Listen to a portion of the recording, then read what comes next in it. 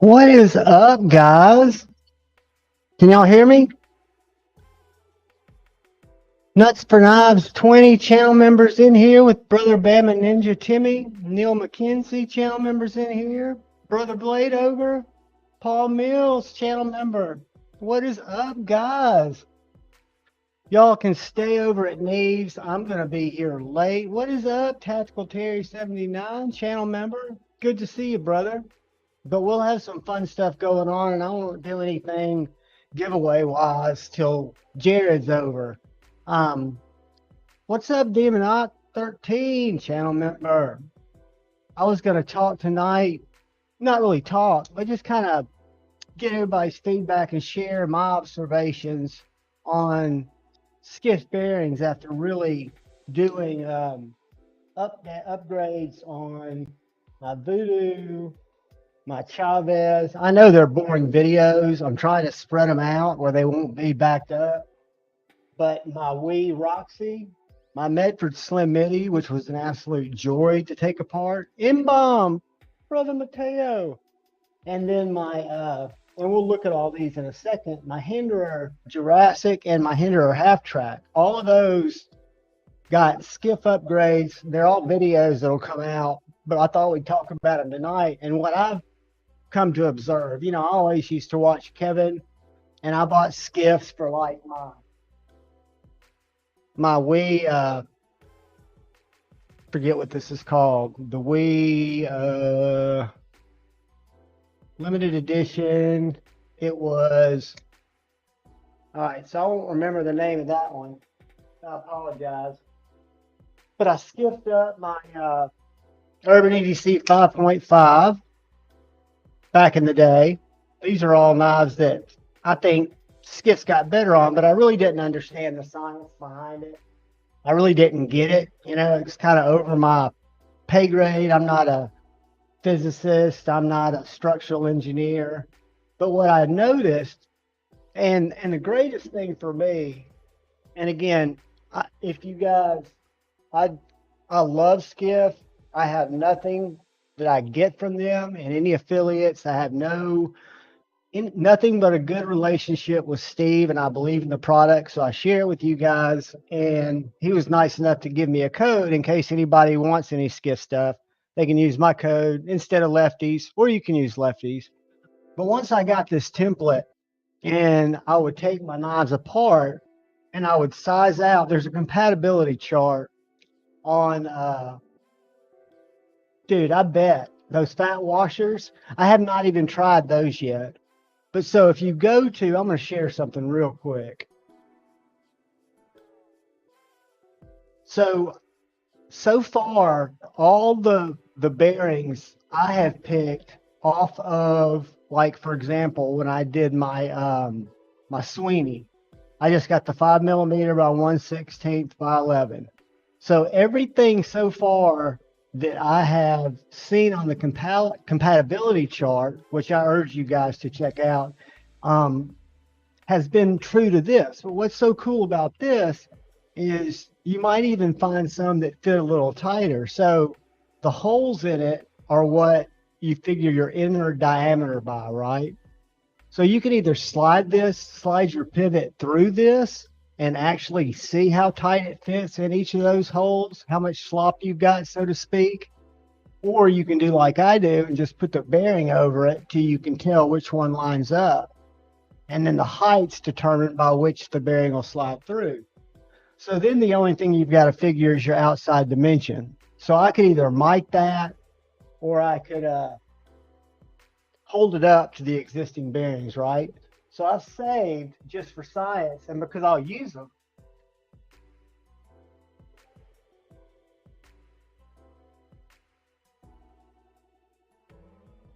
we'll do a little how they compare. So what I do when I take them out, I don't throw them away, because most of my bearings, what's up, Chef Rocky, Jeffrey Dawson, channel member, good to see you guys. Coprolite Steve, channel member. But so these are actually Riot bearings. So these came out of the Voodoo, and they are ceramic. So they're ceramic bearings. But what you notice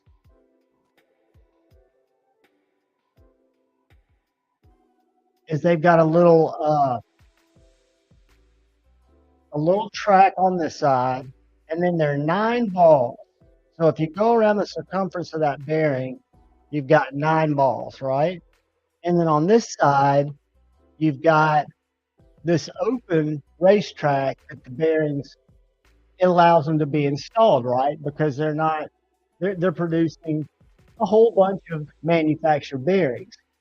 So skiffs are the same size bearing, and we're going to assume Cooper Lights, Steve, dude, the max is as long as you stay, brother. I'll keep getting icons. I totally appreciate you. You haven't won a giveaway yet. I've never giveaway. And we're going to have to change that.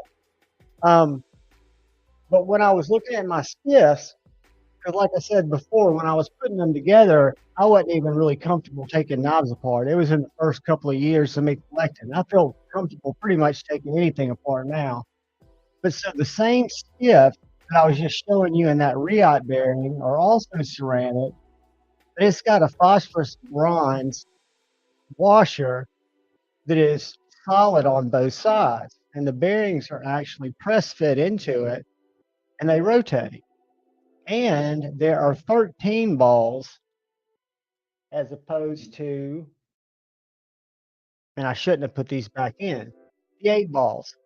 So what it tells an English psychology major like me, who always knew they made knives feel more stable, but I didn't really understand it. What's up, Greg Maroney?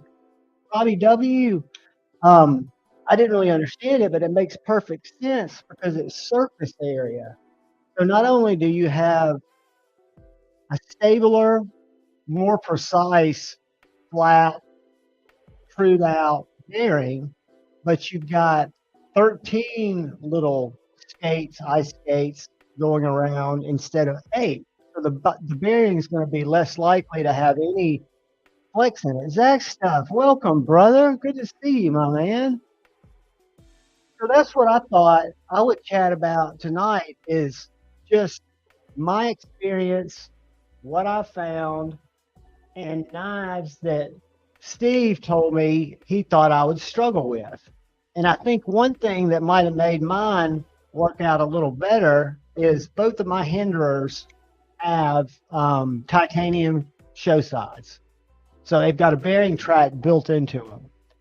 This is a tri-way, and this is a tri-way. These both run on tri-ways, and I had this one running on the phosphorus bronze washers forever, and I had this one running on the hinderer bearings. Nothing against hinderer, because I love hinderer, but when I took the hinderer bearings out, or if you look at the tri-way in your hinderer, they're actually steel bearings. That's not necessarily any worse than ceramic. They're not as hard. And they had that same stamped track. So I put in the skiffs in the Jurassic and in the half track. It went in absolutely perfect. I had no centering issues. I had no alignment issues. And Steve says he's heard that people have had issues with that. And I can only imagine that there might be something different if you've got the titanium scale and like a G10 scale, as opposed to just a solid titanium. But the one that's been the most surprising, and the knife that's been the easiest knife to take apart and put it back together. Oh, Greg, they're great in Civivis. I mean, I used to put them in everything. If you guys have won a knife here, if it's a knife that's a Civivi or a Kaiser, chances are it's got skiffs. But I didn't realize that they made skiffs, or somebody had sized out them for the Slim MIDI. This was another one that I was surprised when I took it apart. First of all, guys, hats off to the team of knife makers at Medford Knife and Tool. I'm not talking about the man. I'm not talking about beliefs, because we don't do that here. I'm simply talking about the craftsmanship that I'm holding in my hand. And when I took it apart, it became apparent, because it comes apart. This is a T T25 or T30. I've got several of the bits. I think it's a T25. And then you've got T8 body screws. So you take out these one, two, three body screws and this pivot, and literally this is a solid slab of titanium. It just comes off. Super easy. You've got a bearing, you've got your steel insert, your washer, your steel washer insert. You've got another washer insert. And I was amazed because I'm not an aficionado, so I never knew what this number was. I know how the letters designate the steel, but this number, for example, this S90V Slim MIDI is 155067. I think I'm reading that right. And on the other side, it just has the little Medford stamp. And then down here, oh yeah, and by the Medford stamp, you can't really see it on my camera because I've kind of got it hippily, funkily lighted in here. It's got the blade steel, and they stamp it a weird way. But when I took this apart, both the show side scale, which is solid, and the show side scale and the lock side scale have this exact same 6-digit number imprinted on the inside of both of these. So these knives are made, I guess as it would make sense, together, right? So when they made this knife, it had parts that were going to this knife. So I took out the bearings that were in it, was surprised that they were steel. This is Marisol, this is a Medford Slim MIDI. And I was surprised that they use steel bearings. And then I thought, well, maybe it's an American manufacturing thing. Maybe we just bought the hype of ceramic bearings. I don't know the science behind it. I don't know the sourcing of it. I'm just telling you that Medford and Hinderer both had steel bearings.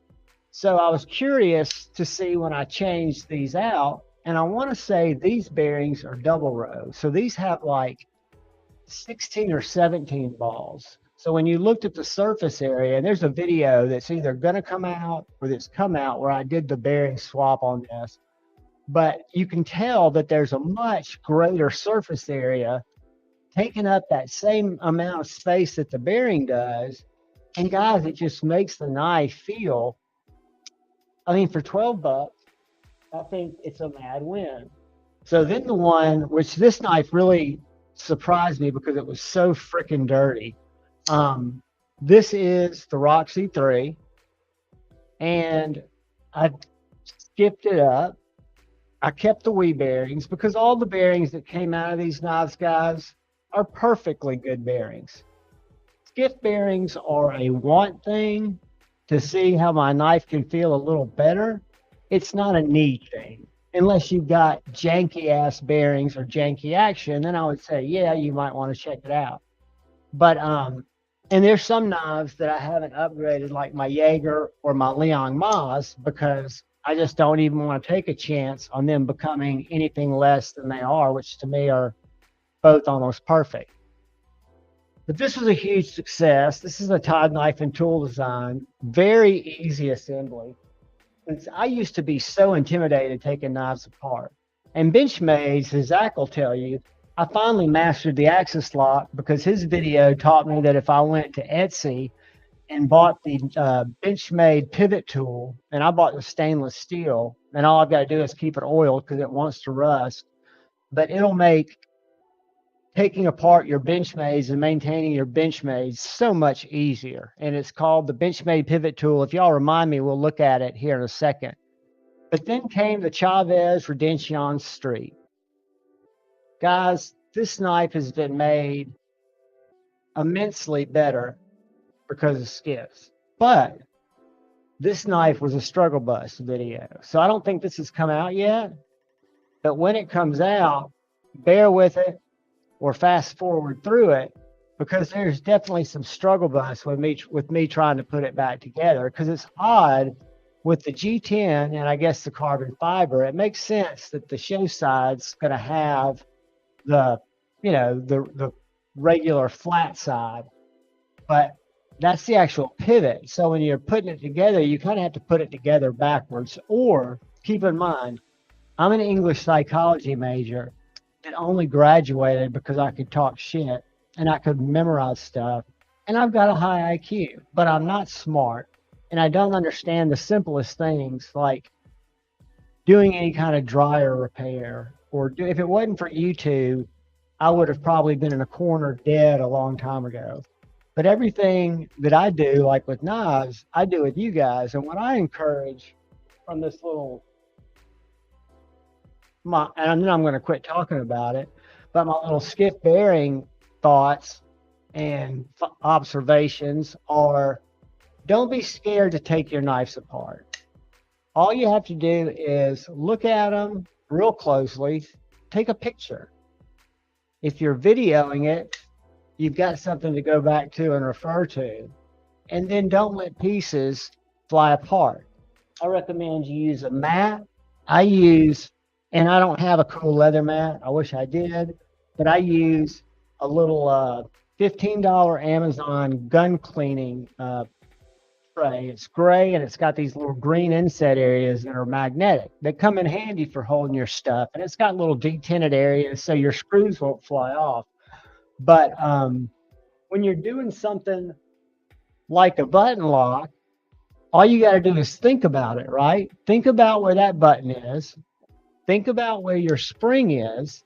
Think about where that tension is, so that when you lift this shield off or this scale off, that you're not going to leave this button exposed to fly off. I don't think it's under that much tension, but I had a Pulsar spring, and this is on video.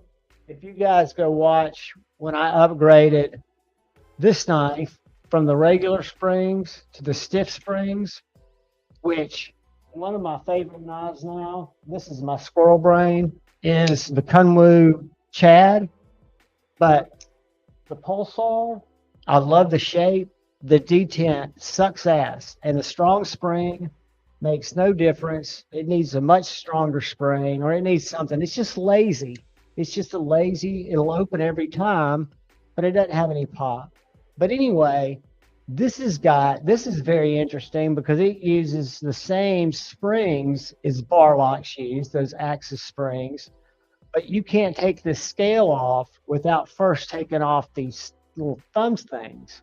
So when I finally figured that out, I forgot that my springs were under tension. And when I took the scale off, because I was celebrating, because it had been a struggle bus video, the spring shot across the room. So on shark locks, which I thought I might do a mod on a shark lock tonight, even though I don't have a camera, because I'm not going to mod the lock. I was just going to update the backspacer and the scales. But don't be afraid to take your stuff apart. Just pay attention to your stop pins. You might have a pin that's free floating in your backspacer if you've got a backspacer, one or two holding it in. What has held me up in the past is sometimes I'll misalign those and have a screw that I'm trying to put in where a pin goes. Aaron B, where is this? Where is this witchcraft? Do I go to YouTube's to find this? I'm all for sending this anywhere or doing it myself. Damn it, that is not true. Hollow grinds are probably, I want to say, and you guys slap me if I'm underquoting any of our friends out there that do hollow grinds, but I want to say they're in the range of 40 to 60 bucks. Of course, it depends on the knife and the grind. But I would love nothing more than this to be a snappier knife. But you know, it runs true. I can't say anything bad about it because I have 4 Kunwus. I have 2 with their, what they call X-Lock. I think, what is it? The Tau X with the X-Lock and the Pulsar with the X-Lock. The X-Lock sucks. It's a good lock. It's very stiff, which is really what we want. What I think is good, i.e. I want detent, means nothing in how well this knife performs. It means nothing in how well this knife's designed. Most people would never notice it. Guess what? A lot of people open it like this, and there's nothing wrong with that. So when I make my observations, they're truly mine and they're totally subjective. But I also happen to have, I say but this is how I feel about it. I also have the big towel. So this is the perfect example of the same knife, the same design that I love. This doesn't have thumb studs. It has a front flipper. This has thumb studs, but this is a frame lock. And Kunwu does frame locks so well. I don't know if they're more expensive to produce. I would think, as a novice English psychology major, that they would be less expensive to produce because you're dealing with less moving parts, less room for error. Again, this is a fluid knife. I'm not taking anything about it away from it. It's part of my collection, but Kunwu does frame locks, and I reached out for this because I can. I saw the new knife that they've got coming out, and I'm a huge, huge, huge Kunwu fan. I think their knives punch way over the weight. Yes, this is an expensive knife. It's almost $300, but it's titanium. It's Van X Super Clean. Yes, the blade looks similar to another knife, but you can only have so many blade shapes. The handle's totally different, but this thing is dialed in like the nicest knife in my collection. I hate front flippers. I can't make them work. This front flipper is effortless because the detent's so good. So my point is, I reached out to Kunwu via Instagram and I said, hey, I'm a huge fan. I love what you guys do. I have a suggestion, and nobody will pay attention to it. But I think if you offered your models like you did the X Tau and the Big Tau in both, I love the new design. I can't think of the name of it now. And I told them this. I love the new design that's coming out. However, I've got the X Tau and the Pulsar, and I'm underwhelmed by the X lock. It's a very good lock. It locks up great. I'm one of these guys, as you might have heard, who likes detent. So your frame locks are some of the best detent knives I've experienced. The X lock, not so much. And I'm just hoping that maybe they think, hey, we could do frame locks. You know, do a few. I don't know what they have the factory, right? So if that new knife, for example, and I'll pull it up if y'all care, the Django, thank you, Acid Test Kids. That looks so sexy to me. I can't get excited about it because the X-Lock has let me down. My standards, it's a great lock. I don't want to make anybody sway against it. I like a poppy detent. Really do. I like pop, pop, pop. But that's just me. But they are so good, guys. And so I'm off of the skiff bearing little share that I wanted to do. Sharing's caring, right? And I felt that sharing that with you guys, because that's my objective opinion. I'm a huge fan. I've got one more set that I haven't decided exactly where they're going to go, but I'm going to go through my collection. And I'm going to upgrade a good many knives. I know my Axon is already on skiffs. This was put on skiffs years ago when Kevin first introduced me to them. I don't know if it makes the knife better. I just know that there are more ceramic balls. This was a Best Tech knife, so I bet that it came with ceramic balls, but it was still in one of those, what I consider to be inferior washer / bearing track. And one thing I noticed about skiffs, and I feel weird in videos because I call them this, they used to not say this. They say, well, if you can't read it, it says rocket glide rings. They're skiff rocket glide rings. I call them skiff bearings, but I also call them skiff rocket glide rings because that's what they're calling them. And I think they're doing a great job. And what I'm happy to see is when I first got into skiffs, when I was first introduced to them, I guess they were a newer company, you could rarely find them in stock. When you get a set of 15 or 20 in there, you always jumped on them. And needless to say, I've only gone back recently, probably 3 or 4 times, gone to the compatibility chart, picked up a couple of sets, and they've always been in stock with at least 10 to 12 sets in stock because it shows you in real time, which I'm sure helps him know how many, what size he needs to make. But they're fun. I think taking knives apart, when I took the Wii Roxy apart, and if you watch that video, you'll see it.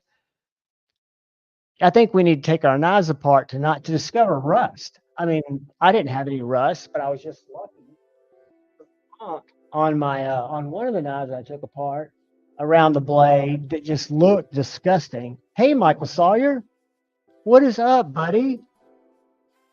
I am brand new to the EDC Fixie game. I carry one now every single day.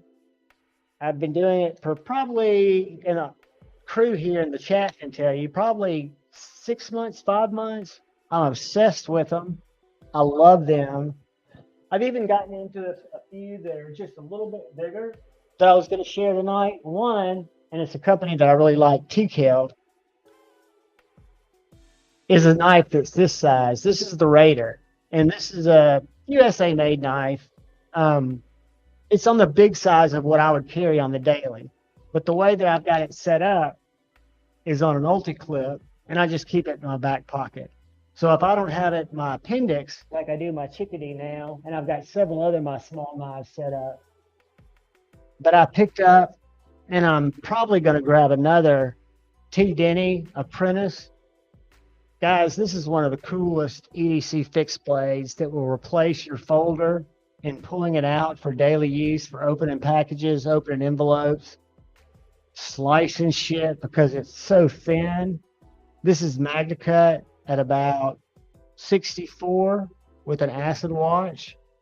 And the handle material is called Vintage Caramel Micarta. And to me, it looks just like slabs of caramel that you had when you were a kid, or caramel, however you want to pronounce it.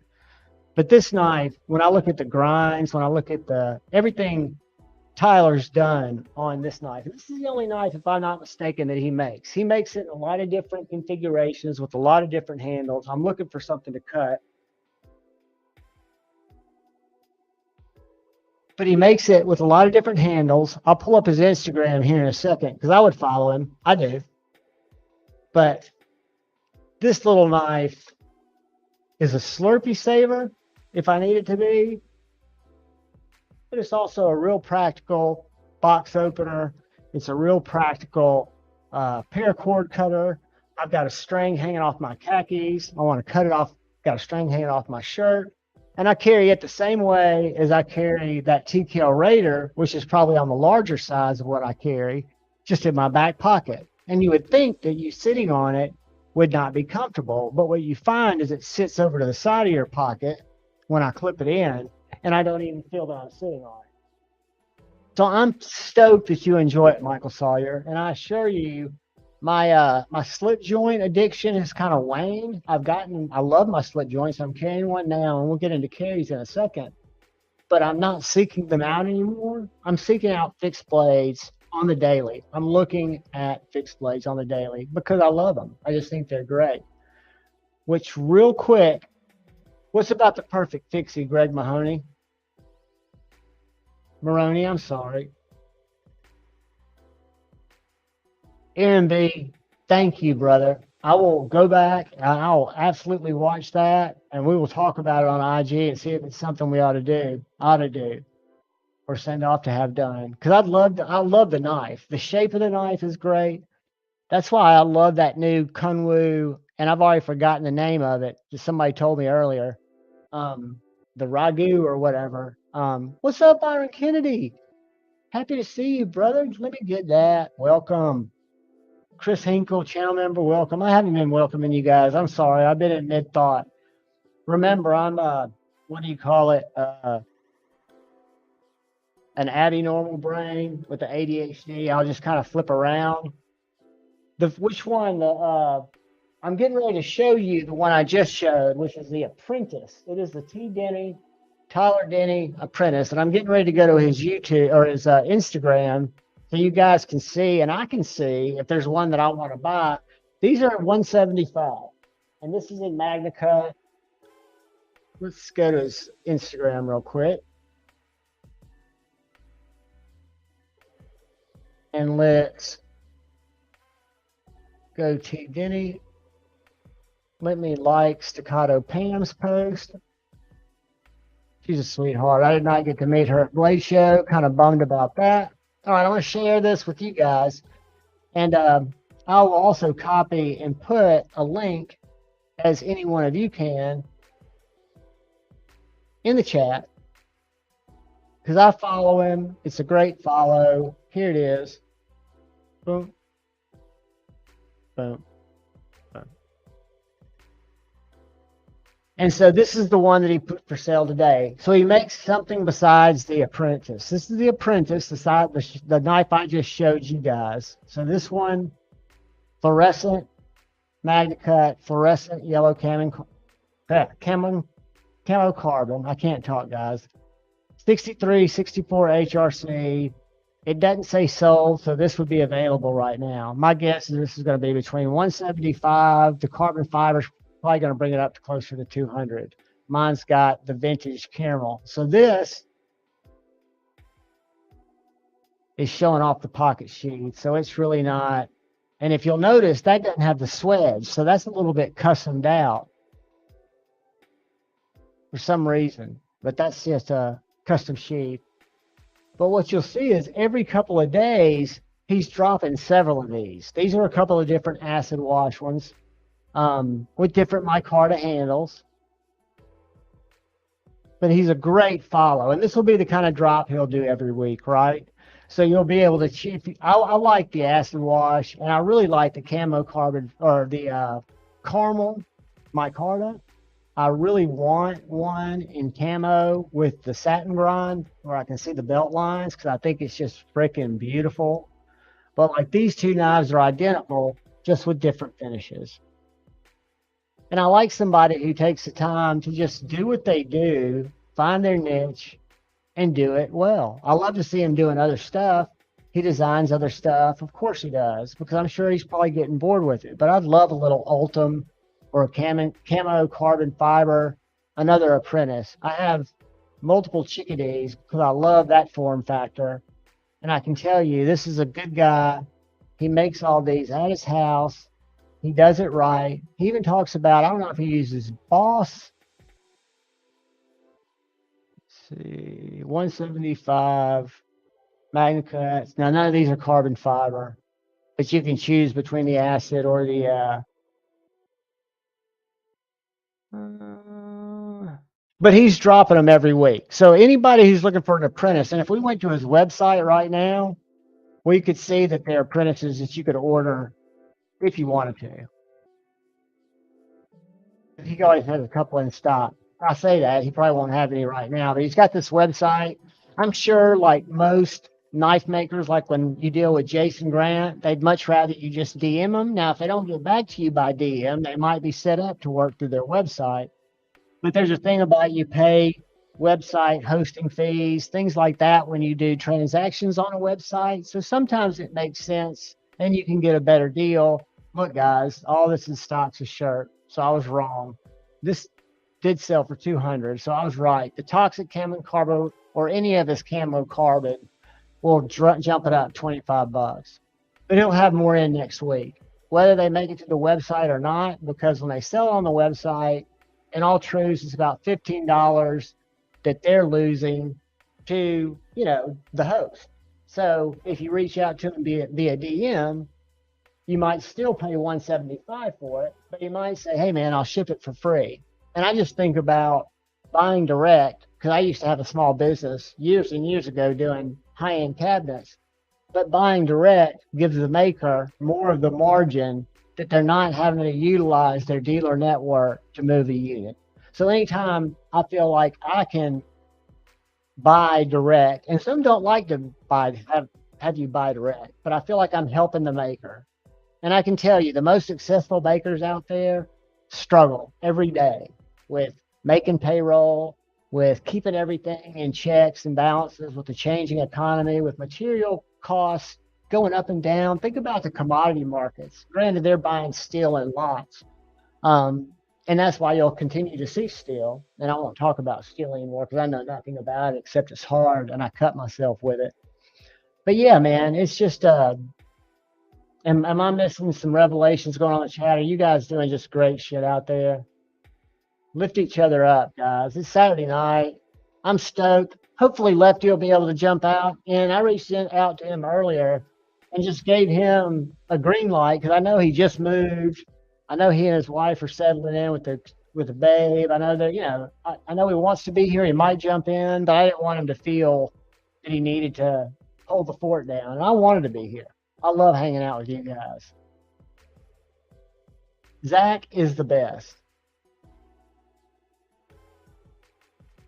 Newsflash, I think if we pull a couple of strings, we don't even have to pull strings. We just need to, I should talk to Zach about it offline.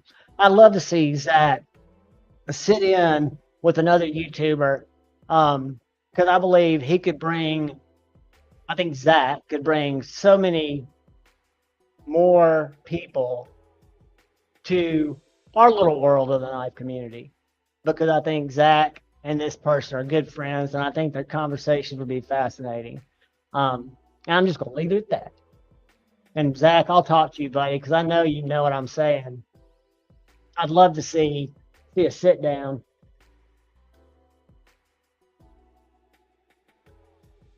People helping people.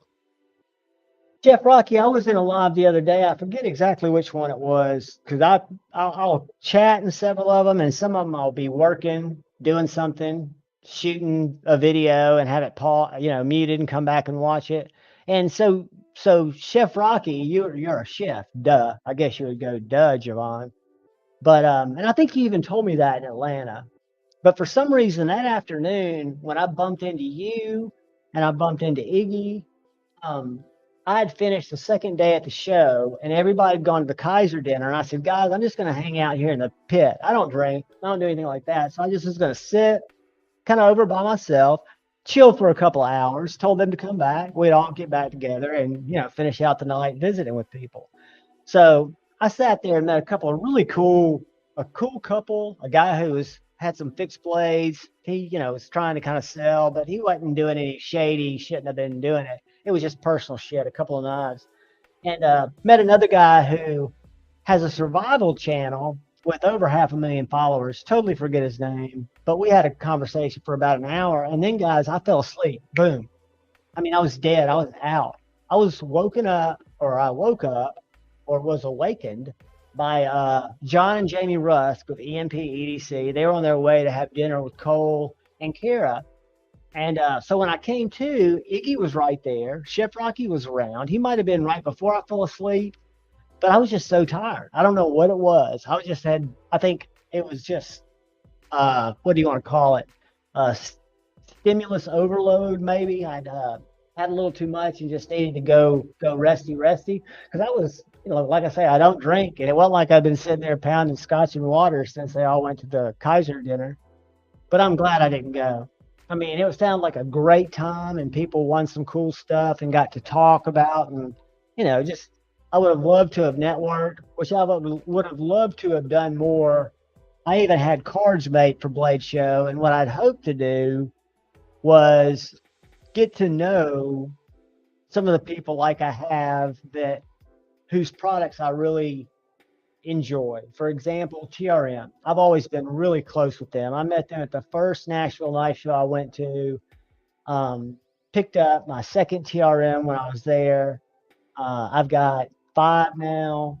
I think that Marianne and Lee Halpern are some of the nicest, most giving DSKFS people in the industry. My favorite personal USA manufacturer. No offense, Zach. It's all the way that they are, and I love the little dog, Rip.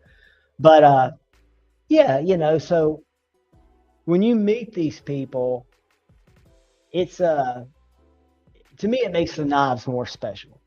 And now you're thinking, John, you just told me that you have no problem buying a tool and not necessarily agreeing with somebody. I don't, because I do think it's totally how it makes you feel. So I can draw the distinction. And I don't disagree with everything Greg Medford thinks. I think some people play a role. I think some people's views are warped. I think it doesn't change the fact that this is a gem of a knife, and it just stokes me out, you know. And I watched him. I don't know if y'all saw the thing he did last week where he had a little video where he called in a couple of his employees. He didn't call them to the mat. He just gave them a learning opportunity and pulled up that cutting board guy's review where his knife didn't cut well, and it was a Medford fan who didn't like it, and he's made a video since. I haven't watched it. Yeah, I saw it come up today.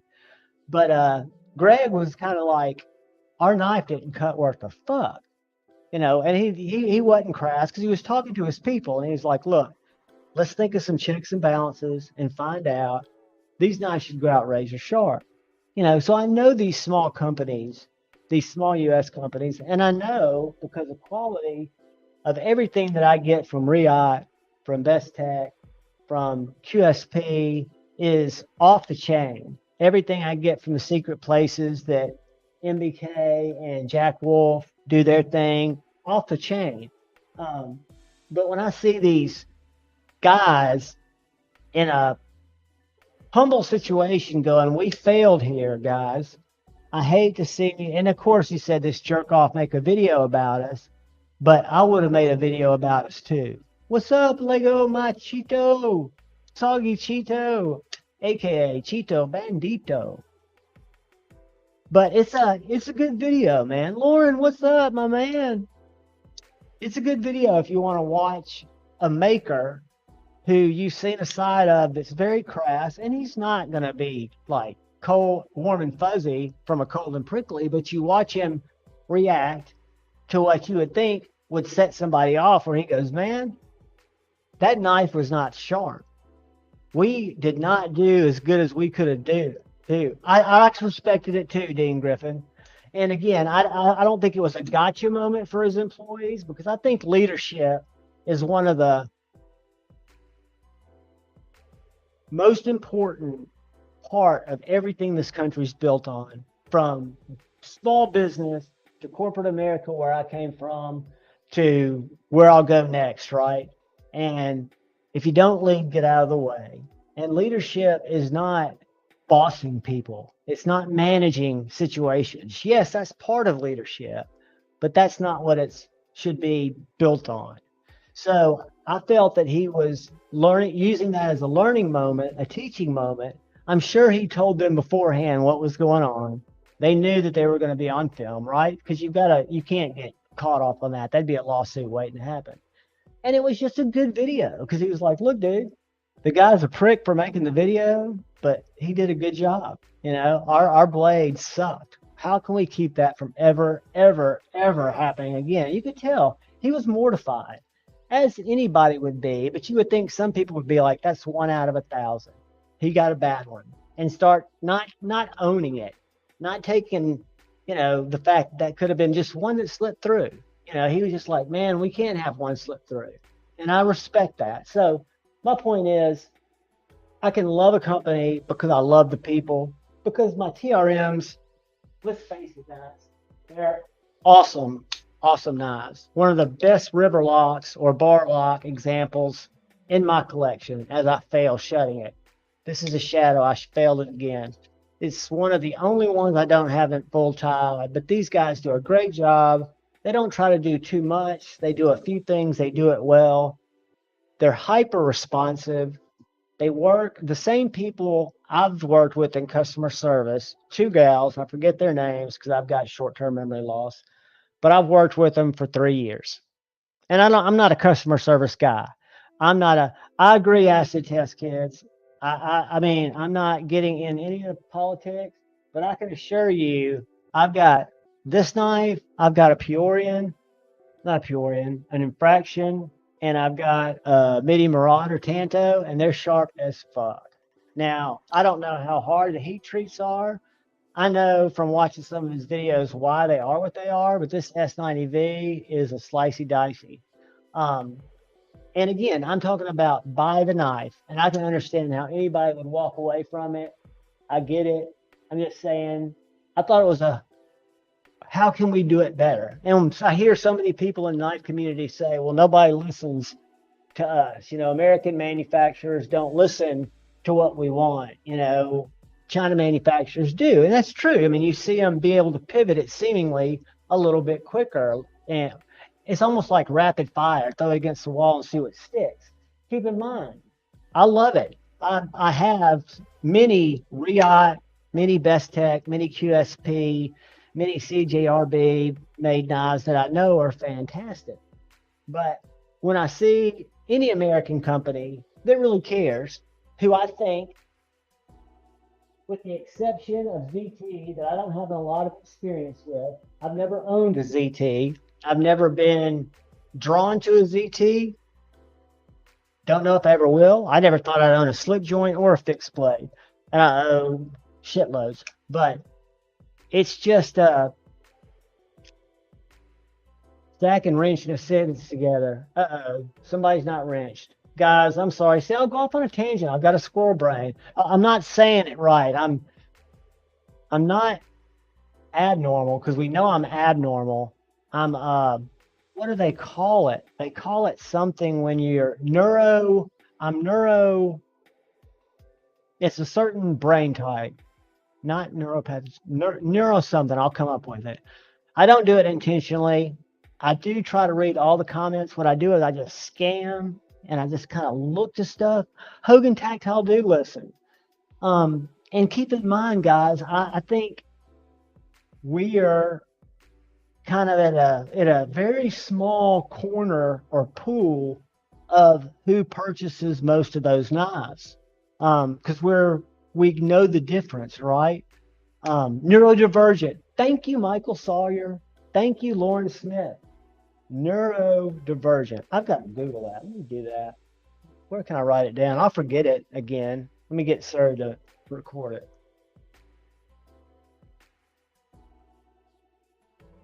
See, I've already forgot to get Surrey to do her thing. I'm just typing it in. And divergent.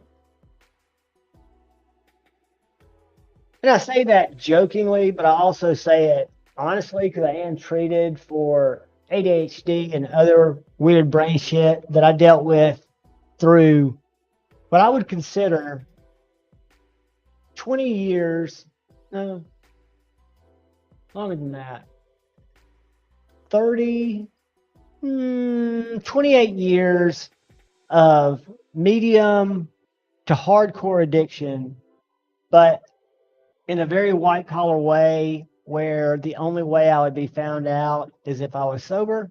So it was very destructive. It didn't start out that way. So I didn't know. I knew when I was 2 that I was hyperactive, or I had hyperactivity disorder. I was diagnosed with it. I was medicated for 2 weeks. Mom and Dad thought it changed me, made me jumpy, made it worse. Dr. Peeler, my pediatrician, said no more. We never talked about it again. I found alcohol when I was I came from a German grandma. I'm 50-50. They came over. I'm part of Operation Paperclip. My dad's all from U.S.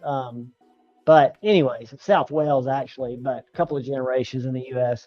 And so I started drinking real young, but never socially until middle school. But drank, it gave me a personality. It helped me, I can see now, cope with some of the shortcomings I had and the awkwardness that I dealt with, right? So I was a drinker. I wasn't really a drunk, but I drank a lot. I could handle my liquor. And then I moved to the other things. And into college, I was slinging shit. I mean, I was rolling deep. But got out of college, did not grow out of any of my habits. They only got worse. And was married, had a kid. Loved my kid, loved my ex. But always continued to work. Never lost a job. Never didn't go to work. But had I I would call in sick from time to time, not often because I would very rarely run out. But come that time that I could not get what I needed towards the end of it before I got sober, I was dependent on it. So it was the thing that the way I look at it, it was all consuming, right? So I did that for the most of my life, but it kept when I got sober 8 years ago, 8.5 years ago, all of the normal shit, the neurodivergent shit became very apparent. My therapist picked it up on the second day. And this is part of marriage counseling that went well, but it didn't save the marriage, but it made me realize that it was the best thing that could happen. And it worked for both of us. Everything's better, no hard feelings. But I learned because he said, we've got to test you for ADHD. You're off the chain. You can't, I can tell in your mannerisms. And so I came back, did 8 hours of written and computer testing that was some of the most intense, weird testing. And it was actually 2 tests that they give back to back. ADHD test that's done between question answers with a counselor and a computer reaction test. And then they do an IQ test because they merge them together to see how far you have held yourself back or, could have gone the whole 9 yards. So turned out I was off the chain. Got medicated, behavioral therapy, got better, but I'm still very neurodivergent, right? I'm treated for it. I take meds daily for ADHD and for depression and, just the basics and anxiety, something for anxiety occasionally. But it's, I think there's a lot of that goes on in a lot of people. And there's no need to deny it, right? So if I jump away from the chat and I miss you guys, or if you ever see me in somebody else's chat and you say, hey, one thing that I've noticed, especially in like manufacturers chats where you've got chat moving really fast, I'm watching on an Apple TV that's about 20 feet away from me. I'm kind of blind, but I can't read good. And I've got my iPhone, which is not the fatty, because I think those are gay. Nothing wrong with being gay. And I'm not meaning it in that way. But in either case, I've got the regular size. So I'm typing back and forth, which is why I always misspell shit with my thumbs. And I can't read and I'll miss people. But know that I'm not doing it on purpose. Know that I'm just, John's a squirrel. Always have been, hopefully won't always be. I mean, I think I know in the last 4 years, things have gotten a lot better because I continue to go to therapy. I continue to see a psychiatrist. I think, and that's why I'm so thankful for Maddie, Sharif, and all of you who participated in Mental Health Mondays. I think it's so needed, not just in this community, but in this country. I mean, mental health is a real thing. It's something that nobody wants to talk about, but talking about it heals it. That's what I learned in AA. I learned it from a higher power that I'm not even going to call God. To me, it is God, but it doesn't have to be, that I didn't have when I went in. All through this humility exercise and learning that I wasn't the captain of my ship and, some things that a lot of us don't want to think, especially men. I think it's harder for men. And I think we need to come forth more than ever because there's help. It's easy. It's not easy. It's easier than struggling with the shit. That's my point. It's easier than fighting the demons. And I still fight demons, but I've got my fucking sword now. I've got my armor. Hinder Collector, what is up, Pitt? Pitt, let me tell you something, buddy. I can relate to you. I am 56 years old. I was married for 20 years. Have a 23-year-old daughter. Happily divorced for right before I got sober, right around the time, 8-9 years, right in there. Greatest thing that happened, I learned through therapy that and again, I don't want to change anything about my past. I wouldn't change that I wasn't a drunk, because had I not been a drug addict drunk, I would not have married my now ex-wife, and I wouldn't have the love of my life, my daughter. Everything happens for a reason. I just put that in as an aside. But I got out of that relationship, had a person I was talking to via text, via phone call, but she'd never been married, was not going to have any relationship till everything was finalized. It took, a year, got finalized, got into a 4-year relationship, felt like I was walking on eggshells. It's overrated for at my age. I mean, again, there are ways to, to date around, but not have, I, I don't know. I don't get lonely. I've got all of you guys. I've got just, I mean, to me, it's too much. And if you're looking for somebody, you'll find them, dude. Marriage, I think I can almost say without a doubt, and I would never say never, but I don't look for that again. I would not be in the knife hobby. Not that it's the greatest thing that ever happened to me, but I love it. I've met some of the finest people I've ever met in my entire life through the knife community. So for that, I'm forever thankful. Um, but I would not be getting away with this with a wife. Are you kidding me? When I look at people like Zach and Big Red and Jared and Tri-State, even though I think he's on thin ice, though I don't know why. I think he's not. I think he's. I love him to death. He knows I do. I love you, Cole, if you're lurking.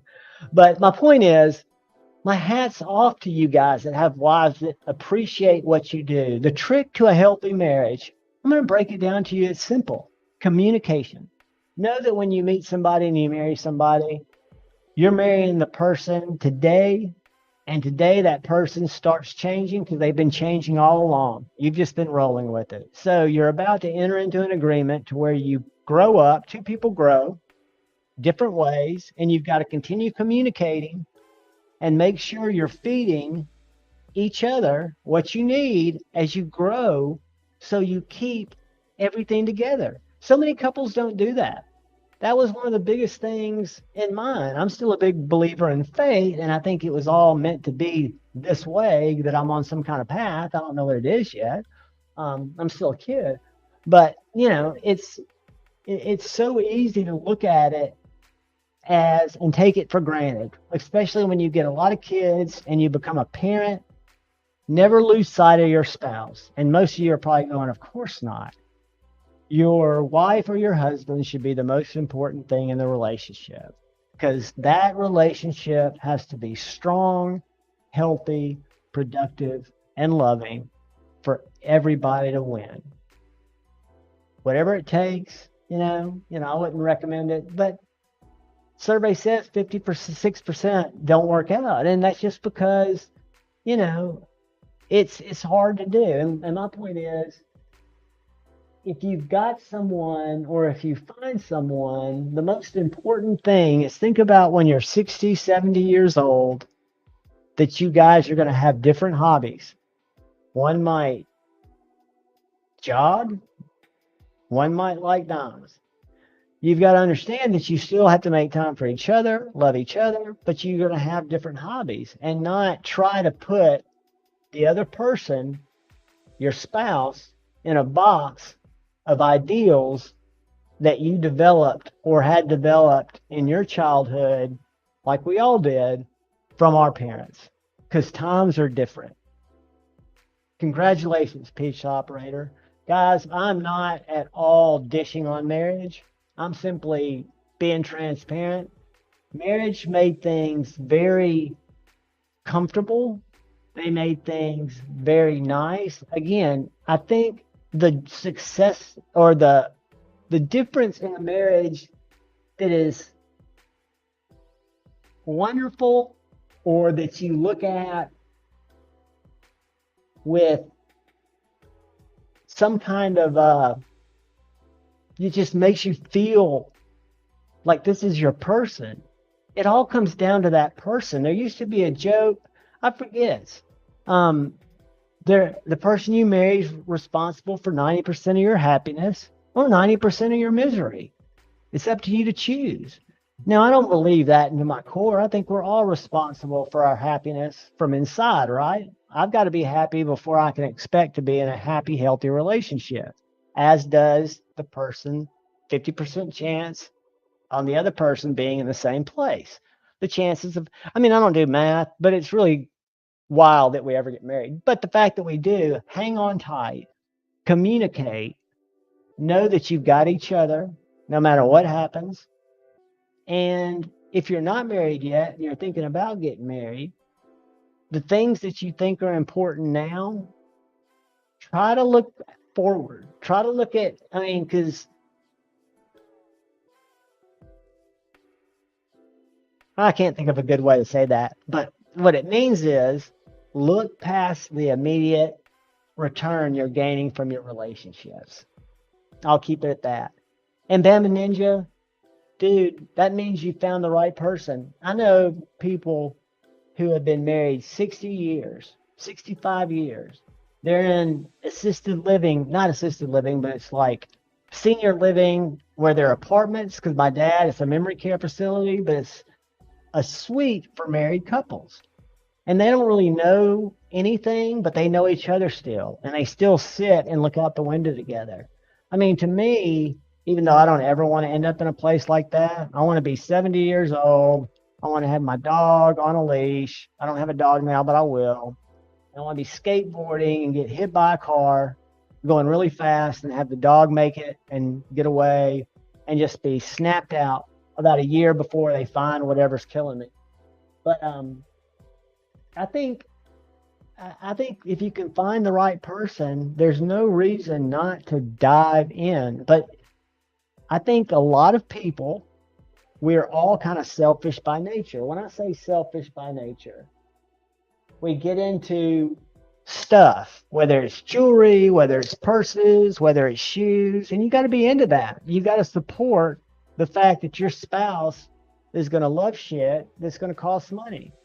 And you've got to be realistic with them. I have a joke. I've got one of my hobbies is a longboard. I skateboard. I skate about. Now I'm only doing probably 10 miles a week, but there was a time I was doing 30 miles of flat land longboarding with a land paddle a week. And that was within like the last 2 years. I'm only doing about 10 now.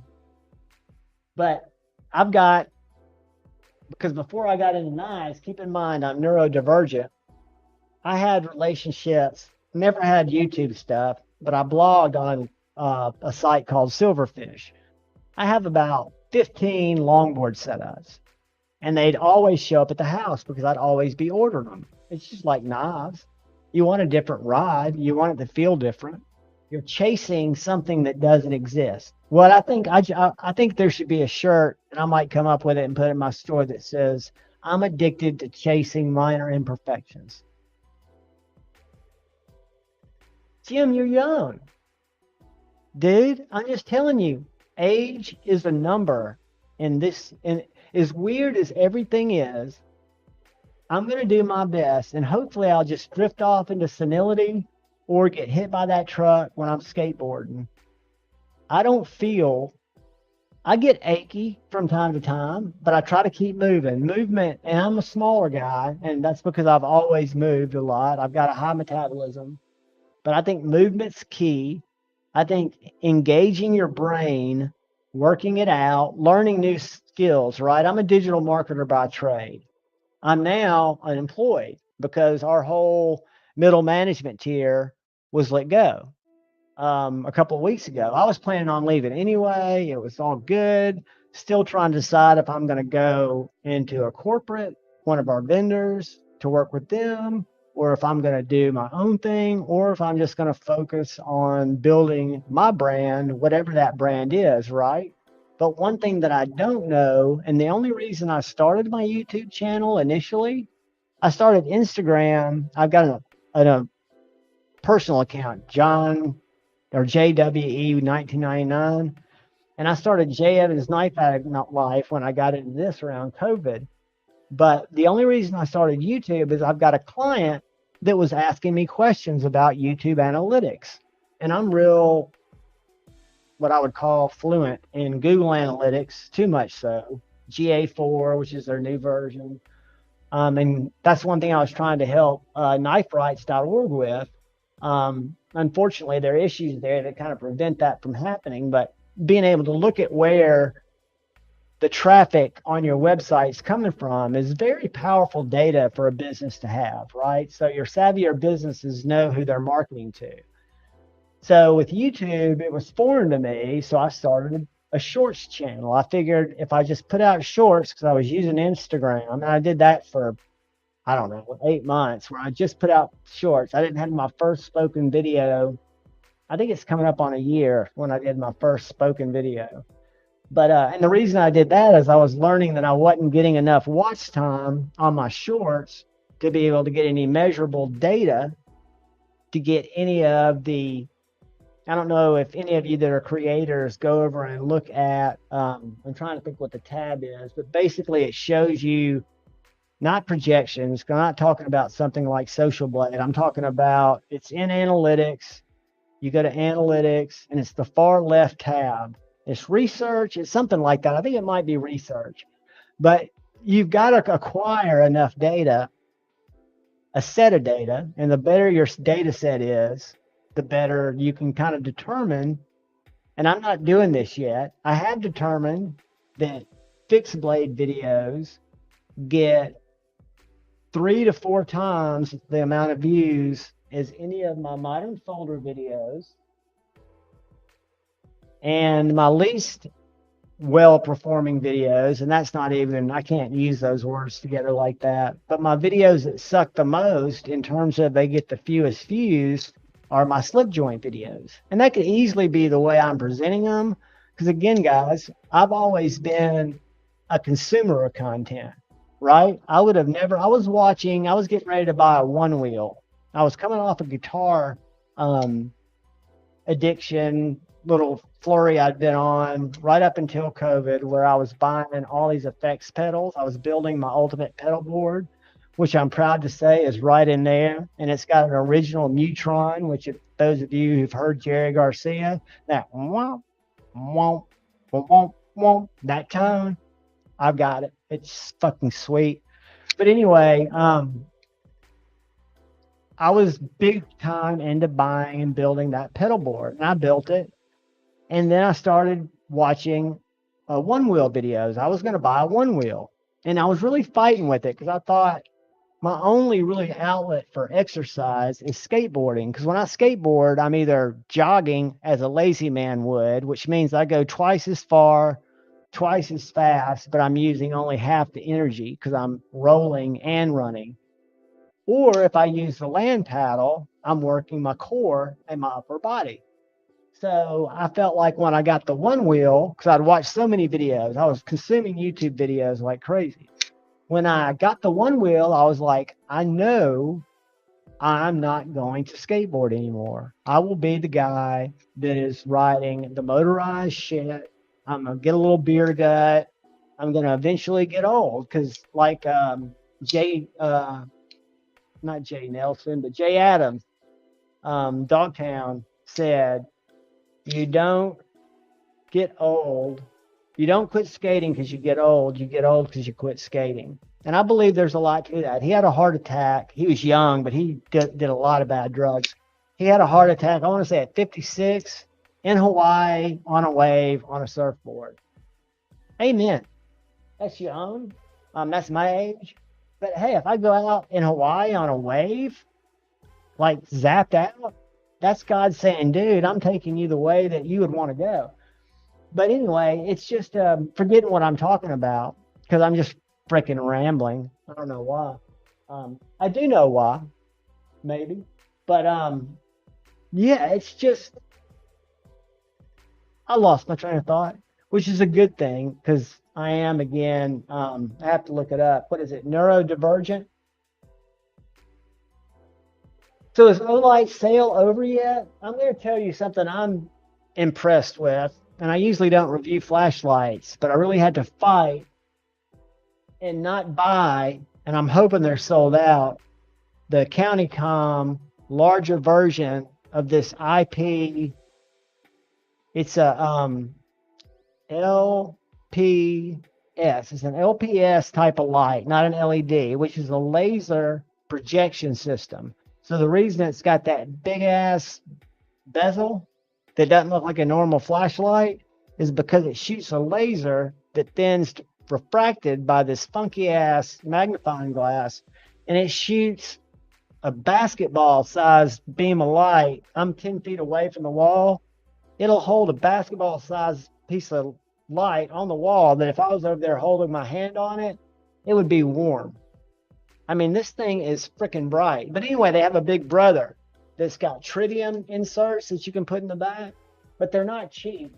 And I almost bought one. But what I was going to say is Olights. This is the most recent Olight I bought, because I do buy flashlights. At least every month I buy something. This is the Seeker 4. And I saw this on Kwok. What is Kwok's name? KWOK. He's Brandon's friend.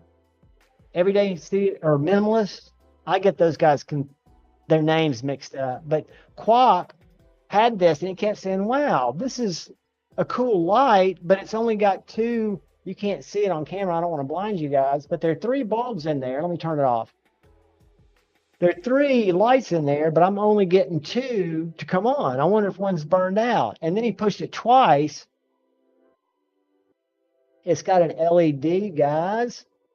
Satisfaction. The creator, the founder, the father of 2 phoenixes. One is flesh and blood, and one is steezy, metal, and carbon fiber. But this has got the hotel room blood looking for her, or the $20 bill. I want to make sure it's not counterfeit. So it's got a regular beam, super bright. I want to say it's 1200 lumens, or it's got that feature with the UV, which I thought was kind of cool. But my still daily carrier, and these I came late to the game, are the Rovivons. I love these lights. And the one that I bought from Amazon that I carry on the daily, even though it's bigger than I like, I'm going to get. I'm wrestling. I don't know which one I'm going to get. I want to get one probably this size. If you notice, this size is bigger than this little keyring size. But this is all you need right here. And what I love about Rovivons is you push the button and hold it. Oh, I've got locked out because I carried it in my pocket. Let me unlock it. Oh, it's dead. Anyway, you push and hold these and they come on. So there's no fancy codes or anything. But if I want to turn it on and keep it on, I do have to push it twice. And then it starts out low. And then it just cycles through your different brightnesses, right? So low, moonlight, to medium to high. And then you just push and hold it to turn it off. But the coolest thing, again, on any of these lights, the form factor is you push the button and you hold it, and you've got your maximum throw, your maximum brightness. So if you're trying to get your keys into the door and you don't want to blind yourself, you just click it twice and it remembers your last setting.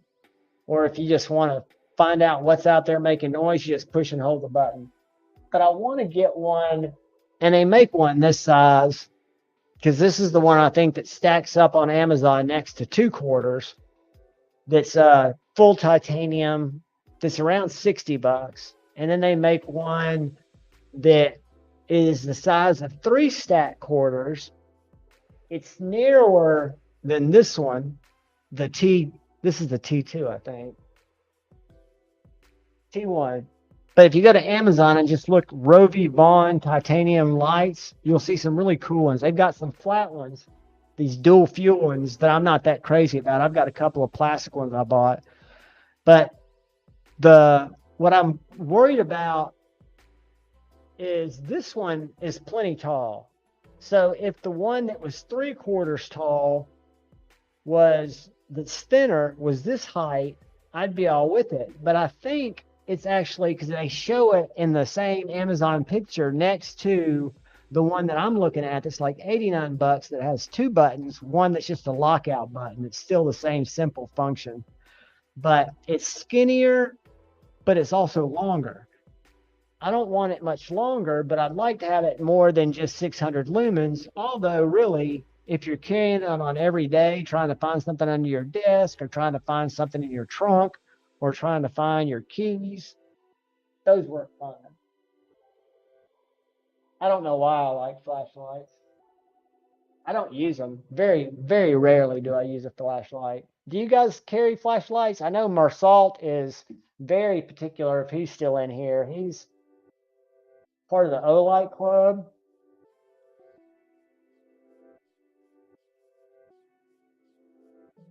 Tactical Terry, what is up? Oh yeah, we've got some giveaways tonight, guys. Let me tell you what's going on. We got several different things going on.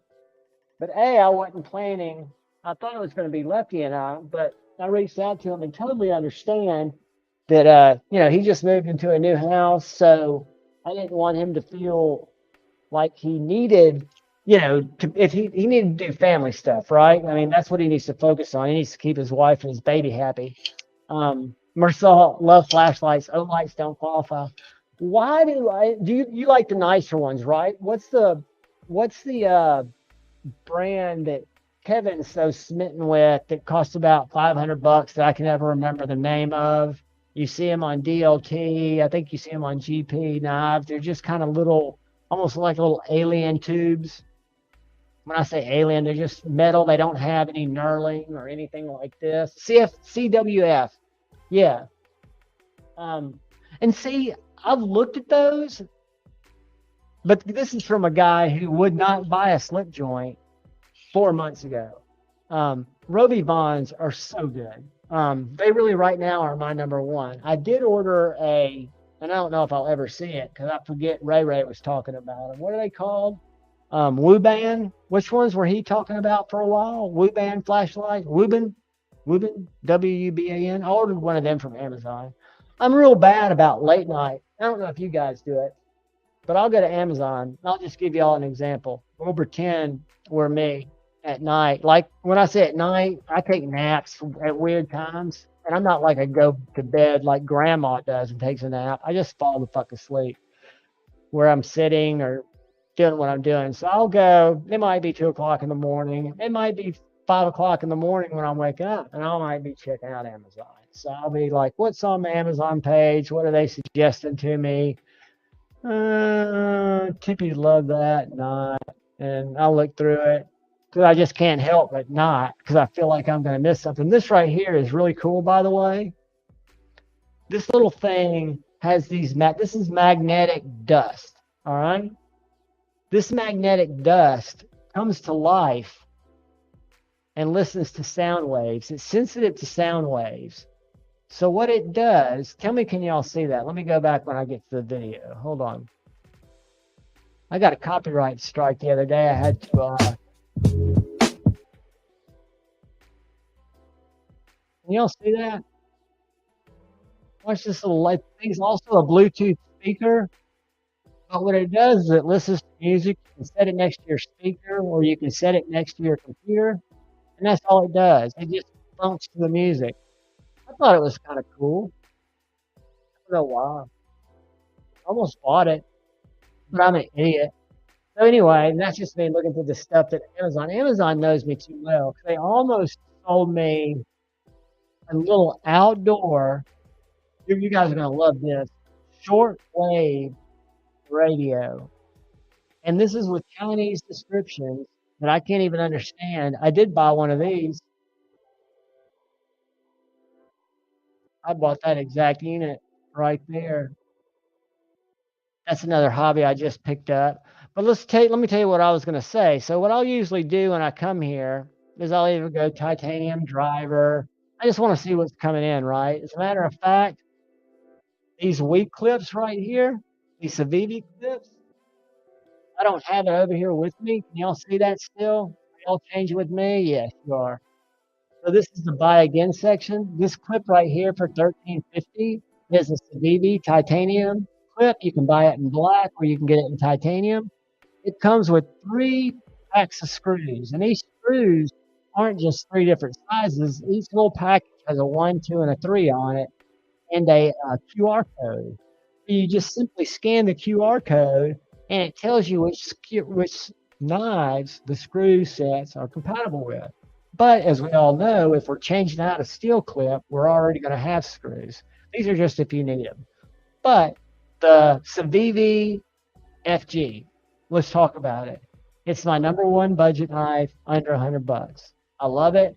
It does not quite measure up in price to the Moira, but as a knife, it's great. The clip sucks. The clip is a hot spot.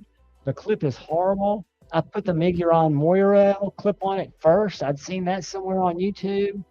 And then I started searching Amazon at 4:30 one morning and found these $13 clips and just figured I'd try it out.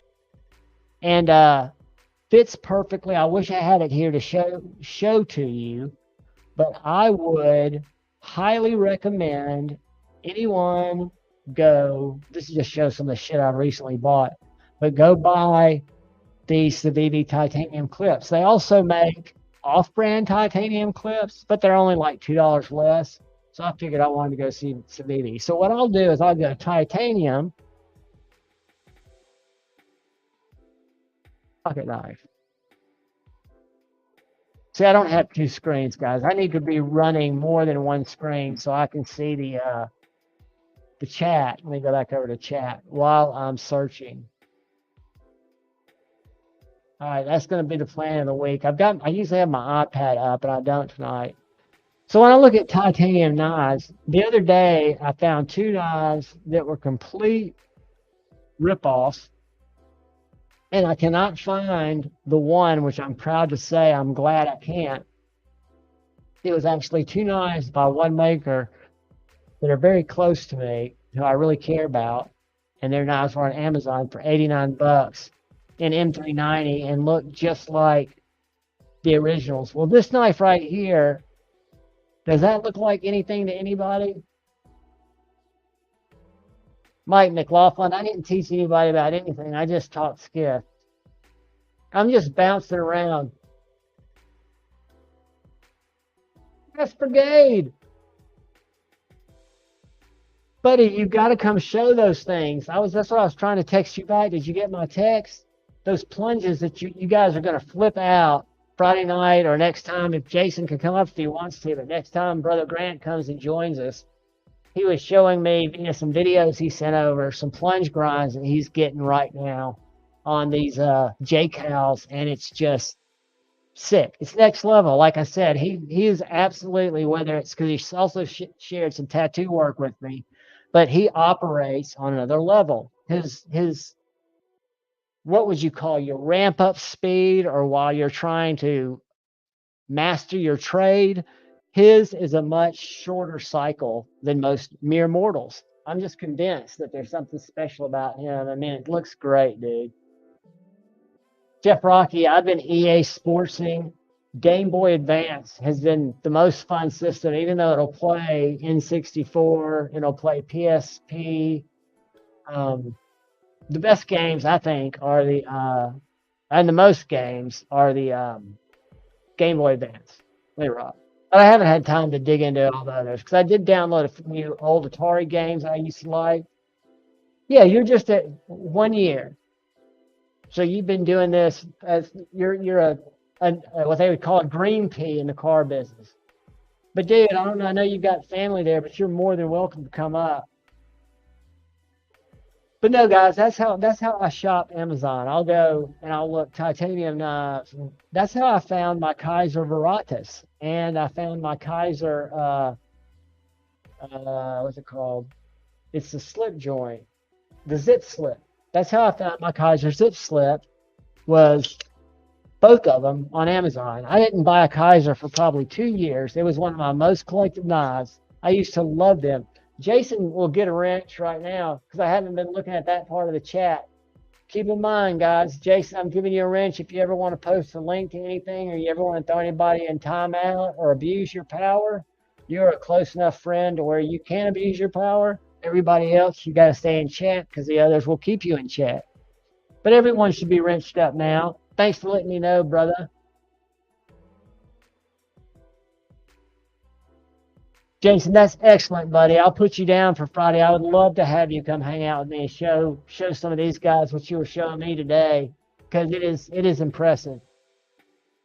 Again, guys, when I look at anybody who, like Manufacturing, who draws a knife that like he said, it was 2D at one time. It wasn't something he ever really expected to hold. I think in the back of his mind he probably did, because I think Maddie's driven. But to have it in his hand and to see the excitement in his face in that unboxing. If you guys have not seen Maddie's unboxing yet, when his knife comes in, he can't contain it. I absolutely urge you guys to watch it. It's must-see TV, and it's a beautiful knife. It is absolutely wicked, and it's not something that's my normal jam. But there's certain knives that aren't my normal jam, like this. It took me a long time. It took me reviewing A to Z EDC's full size. He got one of the first full size Evos. He sent the one to Joe Lancelot Leather, where Joe made his first prototype uh, flip for the Evo.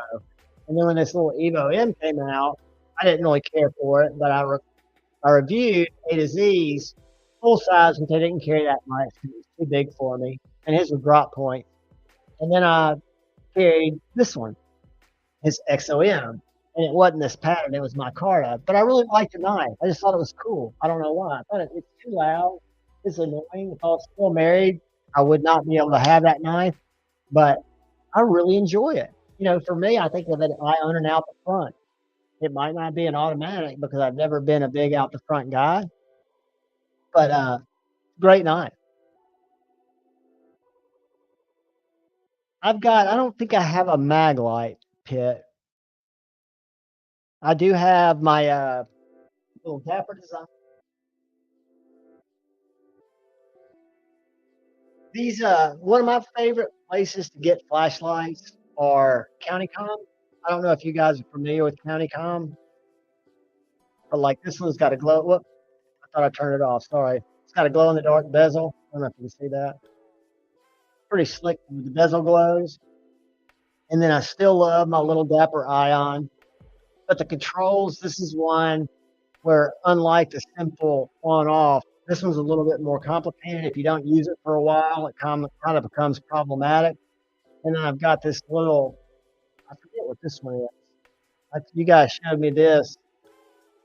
One of my knife buddies showed it to me on their video. I saw it on somebody's channel. It is an Archer. I know I got it at Amazon. Let me see what it is. This is the through line. Which is the through line? Is that the Archer through line? Something through line. But it's kind of weak. It's all right. I really like my copper I3T. I think that's what that is. This is an Olight Mesh saw. I would think you could get behind. It's just pretty simple. But then these little dual fuel Robivons use the same one button deal where I click it twice and it comes on. But what's cool about it is I can have it on and it's got this little switch here. I'm going to use the other one because this one's kind of stiff. I bought two of these because this one's got a side light on it. So I turn it on. So I've got it on now, but I want to put, my battery's getting ready to run out, but I'm camping, so I've got a bunch of AA's with me. So this thing has an internal battery, and it also has a AAA. So you can carry, if you're like me, and I carry a little 4-pack of AAA's, because I've got several things that use them when I'm out camping or doing shit like that. This is a little dual fuel light. So now the green light just came on, which is telling me, I don't know if y'all can see that, but it's telling me that it's being powered by the AA battery, AAA battery. So I could change that back over to the ion battery, which I like to do, which now it is. And now I've got it set up to, the way I like to do it is use up the 600 milliamp internal battery. And then if I need to, which I won't, because let's face it, I've got too many flashlights, more so than I've got sense by a long shot, I can throw more batteries in there. So that's kind of the plan. Well, that was the thought of that. And then the other thing I was thinking about doing, because I really think, A, the views suck, and they're stressful for me, and I think they're probably boring for you guys. are the disassembly videos. The only time when I was new to the community and needed info that I would want to see a disassembly video if I had something that I had to take out, right? That I had to fix on my own knife. I'd always want to see somebody take it apart, so I felt comfortable doing it. So I've been doing a lot of these skip upgrades because I've wanted to upgrade my knives for skiffs. And once you start a channel, you realize that you don't have enough knives to just do content all the time unless you get real creative. And I'm not that creative of a person. So that's why a lot of my content's flat. But taking stuff apart, taking knives apart is something that I've got a project that I'm going to do. And I feel like I need to film it because I showed you guys my Flytanium arcade, aka Demco 20.6. It's absolutely the same knife, same blade. If you look at them together, the pole will throw your eye off. But if you look at these together, they come from the same factory. I'm not holding them straight. The locks are identical. They're both made in Taiwan. This is all modded out with OG stuff. Backspacer, OG backspacer, OG tie scales. I've always loved the Shark Lock. If you don't love the Shark Lock, you're going to hate the arcade. If you love the Shark Lock, I would recommend the Black and Ultim arcade because it ships with an extra set of scales, but then they sell all kinds of parts for it. And the reason I say that is the arcade is basically an aluminum, well put together S35 VN blade steel. Everybody's whined about the blade steel of Demco. I've got 4 of them. I've got a K112. I've got AUS 10 or whatever that is, and I've got a what was the one? I got an M3. What was the? There was one more steel that came out. I've got all 3, and I've got 4 80 20.5s, all with different scales. But this knife, even though it doesn't really look like it, is an 80 20.5. So when I bought it, it was the John Deere, right? I had it at White Mountain Knives. They were kind of sold out. The Black and Ultim is what I would have gotten. And had I been thinking when I bought what I'm going to show you here, I probably should have bought the titanium inset, the raw titanium, and the titanium backspacer. But instead, I bought the black to keep kind of with what I've got going on there. And when I was looking at thumb studs today, I think Demco thumb studs that Flytanium sells will work on there. So these are Flytanium titanium scales that I was going to just simply swap out here. But I was also going to take it apart and put the backspacer in it. But I don't have a little camera hooked up to show you guys that. So I'm thinking that might be kind of a lame thing for me to do, to be looking down Austin 3V, Paul B. Paul Mills has helped me out more than you know, answering questions for me. He is my spirit animal. And the 3V is the one. I picked that blade up from Brian at Transparent Knives. If you guys are ever looking for 80 20.5 blade and you want to either upgrade one that you've got or replace it, reach out to Transparent Knives. Brian does really nice blade mods, and I'm not suggesting, unless you're, I wish I could get a mod, your own blade. Why has this just got one screw? It's weird. What's that? Oh shit. So I've got a backspacer too. Got shit falling out of the bag. But I forgot what I was telling you guys. See, that's what's so bad when you're abnormal. I hate being abnormal. I should be able to just roll right back into saying what I was saying. It was a long lost day. But Yeah, today all that came in the mail was my little Flytanium kit that right after I ordered, since I don't have the black blade, which is still available, and I wasn't going to buy another one of these knives. And I like the yellow panel, but I want a titanium. I should have gone raw titanium, backspacer.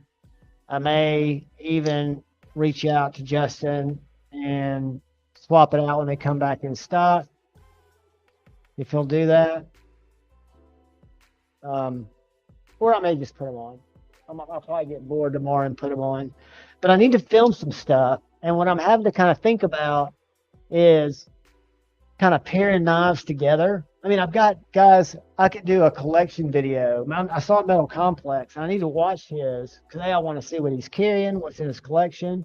But more importantly, I want to see how he broke it down because I could do, and I did it at one time. I did a members only, and I probably should do that again. Just kind of do a walk through each of my 4 Apache cases and my slip joints now because I picked up 2 totally different types of knives.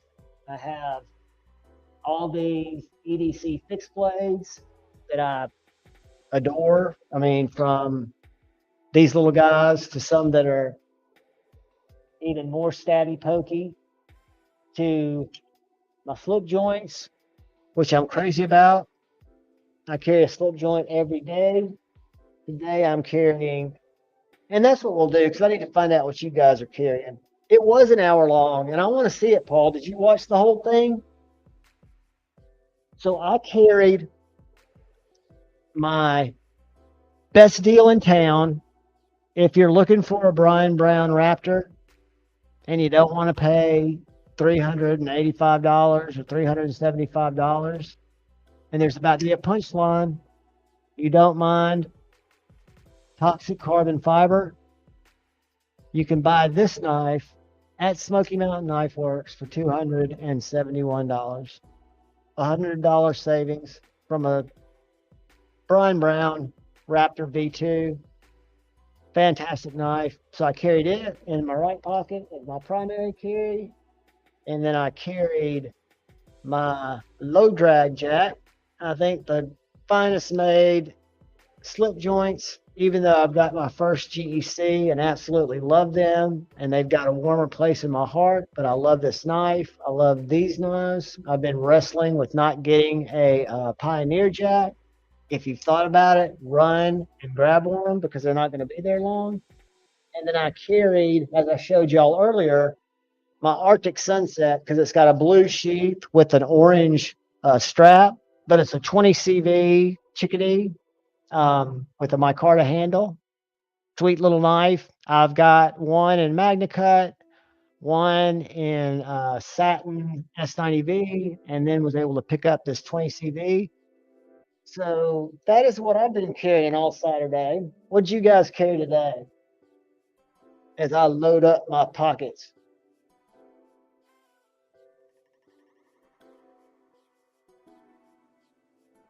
And I just slipped, and a full disclosure, I just slipped the Feel Good Jack in my pocket because I've carried the low drag all day, and it was time for some Feel Good action. I'll cut something with it later.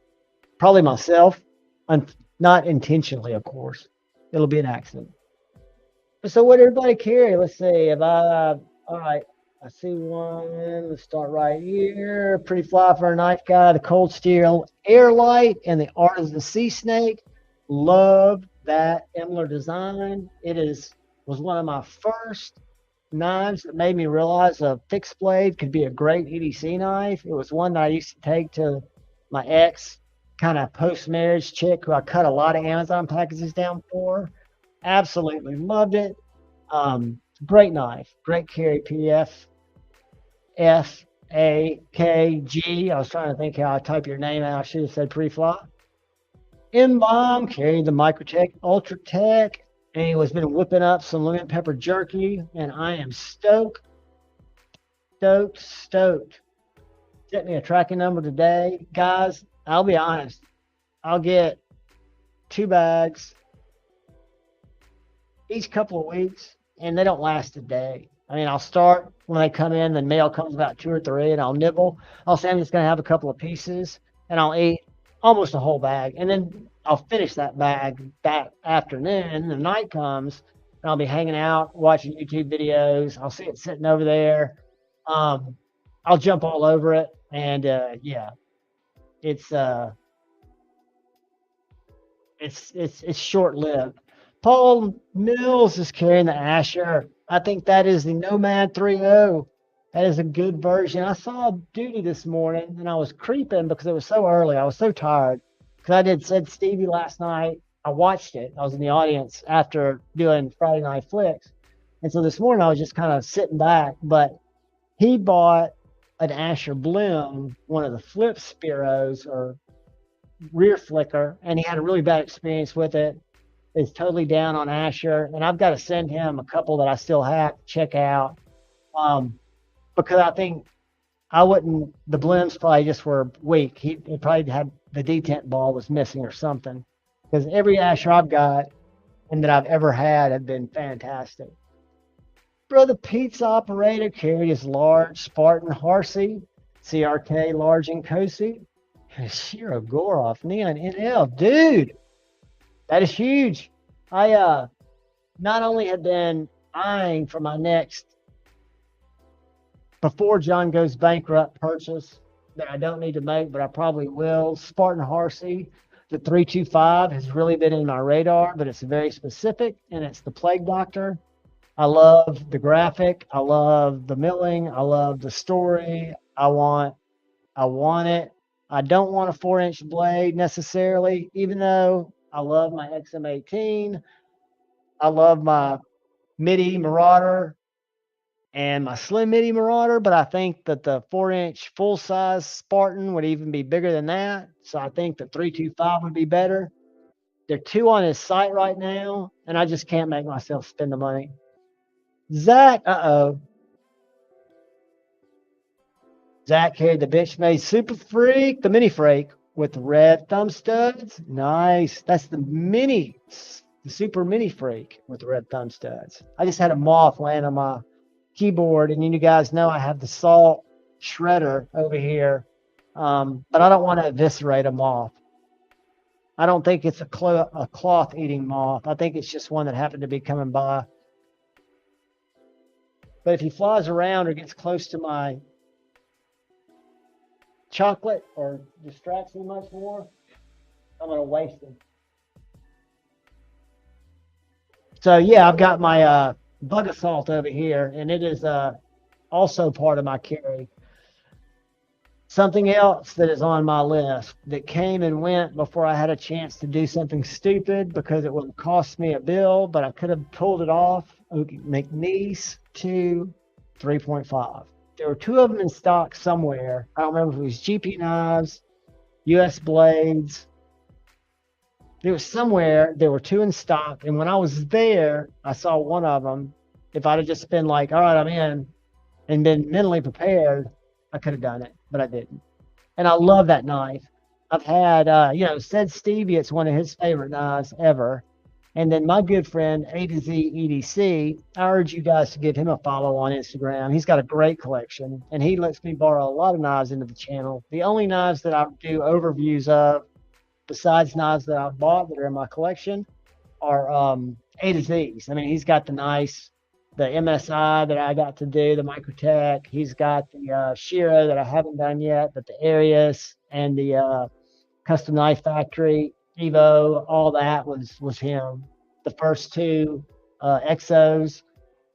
But the McNeese, he bought that, and he's a bigger guy, and he loves it. It's now his in the pocket almost everyday knife, and he's had it for almost 2 weeks. He's had several knives come in since then and hadn't unpocketed it. Jim Miller, the CDC Salem Crispy Donut crew, I need to get in more of their lives. I see them, I'll be doing something and go by and see that they're live, but usually I'm on the way to somebody's live. And Hanson, Aries EDC Rock Hopper, I love it, buddy. I hope you're getting a little bit of fall weather down there in South Alabama. Jeff Rocky's got the FSD Mini and the Launch 12. Powerful combination. I love the FSD Mini. That's another one that I think it's not even fair to put in Grail category yet, because I don't think I'm where I would I would go there. Roxy's kind of in that scary, want it, no, I don't need it. No, I've kind of reached what would keep me from going into a totally different price point that I don't want to get into. Um, yeah, I'm trying to hold back for a while and just dig knives, dig people. Two favorite designs my brother has to test kids: the Protec SNG, which is a banger knife, and a Kaiser Theta. I actually have one and love that Isham design. Uh, Strider and Isham, absolutely, dude. Very nice. The only thing I don't like about my Theta is the flipper tab, and that's me. It's user error. I think it was designed fine. I middle finger flick it anyway, but a cool knife. And then Timmy Bama Ninja, who hopefully caught a bunch of fish this afternoon. He and I were texting, and he was going fishing. An AKA 47 Boker. And I assume that was the auto. I don't know if you got the manual. I know there's one manual out there now. Version 1 growler, a real steel slippy, a CRKT minimalist on the neck. Nice.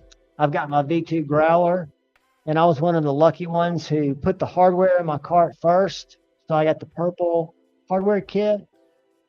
I'm trying to find the right lynch clip, and I think I need to go with the stonewashed, or not stonewashed, the satin, real shiny one to match, I guess, the blade, because I can't find anything to match the hardware. And I only did it to see how it would come apart, and I wanted to put skiffs in it. This has got skiffs in it too. But this is a great knife, and I've got a feeling, and a little bird has not told me, but we had a conversation, and I think the plan all along was if it went even partially as well as it went, that they would pull the trigger on additional units, so additional of the same SKUs, right? Where it would be easier and quicker for them to get them. And it was White Mountain's call, I guess, because it was kind of their deal, right? But just a great knife. Three major improvements, in my opinion: the scale, material, and the fact that it's contoured. The opening hole being smaller, where I can't get the hot dog down the hallway. This is the old growler, and I could get into that. Get my finger going too far through there, and I'd fail the flip. I could easily not fail the flip if I just pay attention, but nobody wants to do that. Why make it where you can even slide through there, right?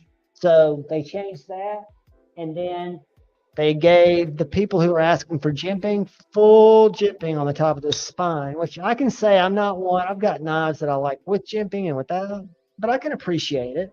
I can see how it adds to the actual, really everything about the knife and using the knife.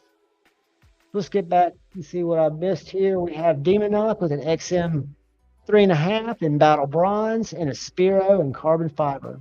I have a Spiro in G10, and a Spiro in tie, and a Spiro with the finger hole in tie. I love that knife.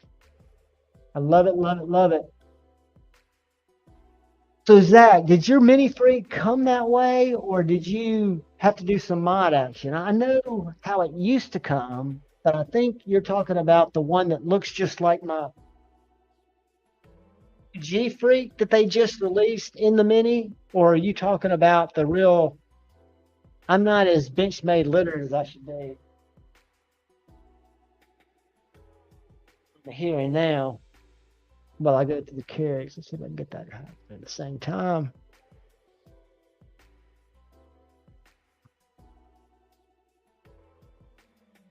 I don't have a Zeta, but A to Z EDC has a Zeta, or did have a Zeta. I don't know if he has it anymore. That's the one that's kind of funky looking, right? Mayor Salt had a 8020, the USA model, the big boy, the real deal, a TRM Atlas, one of my favorites, and a Malkoff MDC Lite. All right, guys, I have to go Google this, because this is how I learn about cool shit from you guys. Malkoff MDC.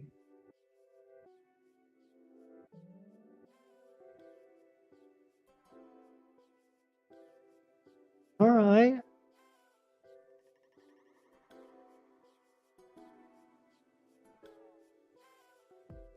I've got it saved. I wonder where you found that. I'm on there. I found their page, but that is pretty awesome and very, very reasonable.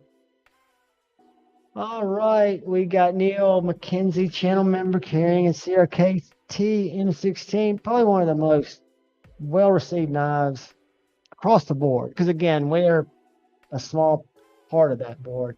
Gerber US1 sold on a keyring, Springfield XT40 solid compact. I forgot to mention my P365, a tiny pew pew. And then Brother Mike McLaughlin, channel member, carried his Pina Bravo.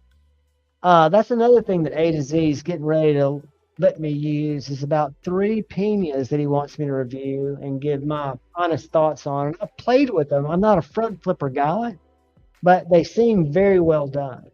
Brother Pitt, channel member, carried the Kubi KU322, one of the best, the Ace Nibbler, Micarta, and 20CV. Giant Mouse Ace Nibbler looks like a fantastic knife. I remember when Lefty had it, and it made me really get excited about getting a nip. Is that what it's called? The Devo nip that kind of looks like it was inspired loosely by the Nibbler. Jeffrey Dawson has his Malkoff MDC too. Okay, guys, so I'm going to share the screen because I'm on it. That's a deuce on a light I've never even heard of. So I want to learn more about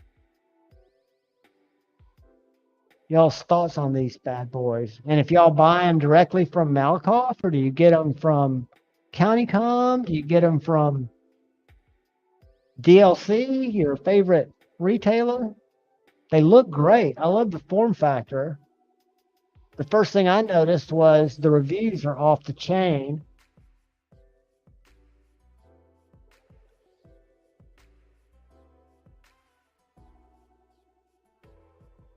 So what do you love about it? Is it just the size? Is it the just functionality? I'm staring at the bottom comments too, so I'm trying to drink water. I almost forget it's there too. And I'm a small guy, so I feel it usually when I carry other poo-poos. That's a sweet knife, but where do you guys go to like acquire them? Do you find them on Amazon? Do you find them at White Mountain? I'm definitely in to try one out, because if 2 of you guys are carrying them today or like them, that's enough for me to know that I would like it. All right, Joseph S., who almost missed carrying the Bug Out, Carbon Fiber Elite, Essie Azula, and RR Myra Spike. Nice. Jim Miller, channel member, was carrying a Feral Bulldog. He also carried his 41 Magnum. I'm kidding, buddy. I'm just trying to read. Roman M carried the Murdered Out Mordax and the 3.0 XM18. I love the XM18 and the 3-inch. Buyer's remorse that I didn't get in on the 3-inch Eclipse, and it's still popping up from time to time. And I didn't get in on the 3-inch. I don't know what blade shape it is, but they've been popping out a 3-inch drop point XM18. Great knife. And my Mordax, already talked to that tech. I've got to go get the form and print it. I've got to send it in.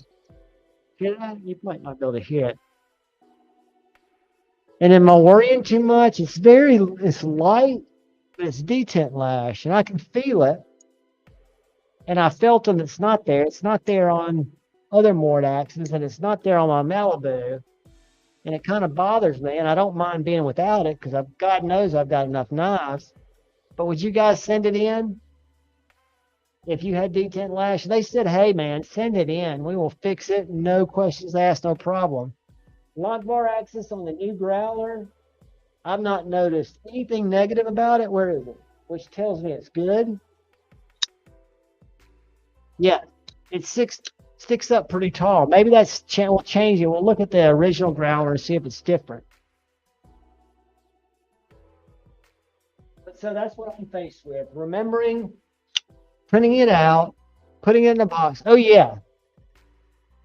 We've got a much better. That's another upgrade in the growler that I was not aware of. If you look at the lock bar in the V1, you've got pretty good access, but you've got no jimping. There's another bug. Guys, I'm going to have to break out the bug assault. But on the V2, it sticks up taller and it's jimped. I'm sure you guys can see it there. But I mean, your finger just finds it.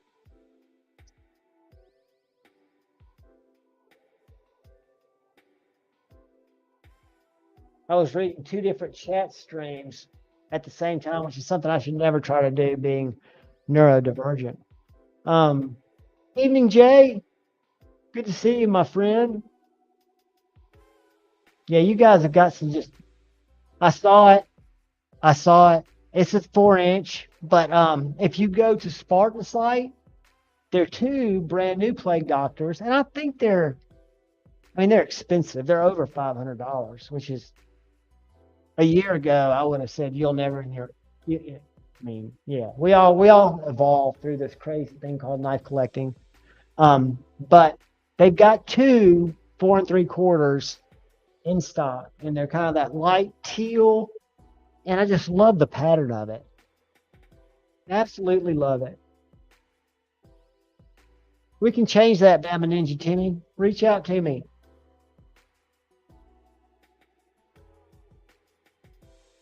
Thomas McDonald, channel member, had the GM Ace Corta. The Corta. It's a great knife. The 3.0 is just a really well done knife. Understated elegance, the way I kind of look at it. It works. The springs, I think, are done and tuned just right to where it gives it a poppy detent. And what I like more about a bar lock like that is when it sucks the blade back in.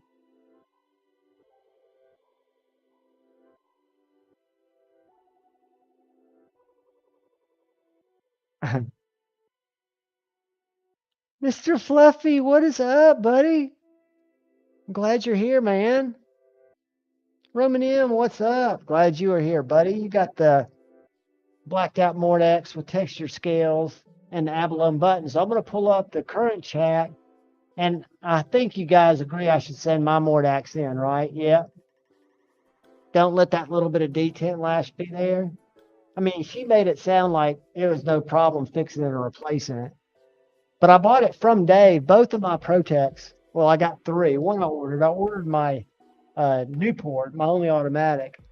But I bought my Mordax and I bought my Malibu at the Nashville Custom Knife Show, the Malibu in 2022 and the Mordax in 2023 from David, the owner himself, after not really trying to buy, planning on buying either of them, happy to be able to handle them, and have never seen someone not try to sell a knife as hard as he did.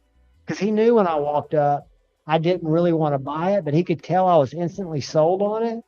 And so he was kind of trying to talk me out of it. I mean, what a nice guy. I mean, so I bought both of them from him, and I know they make it right. I just wonder if it's worth.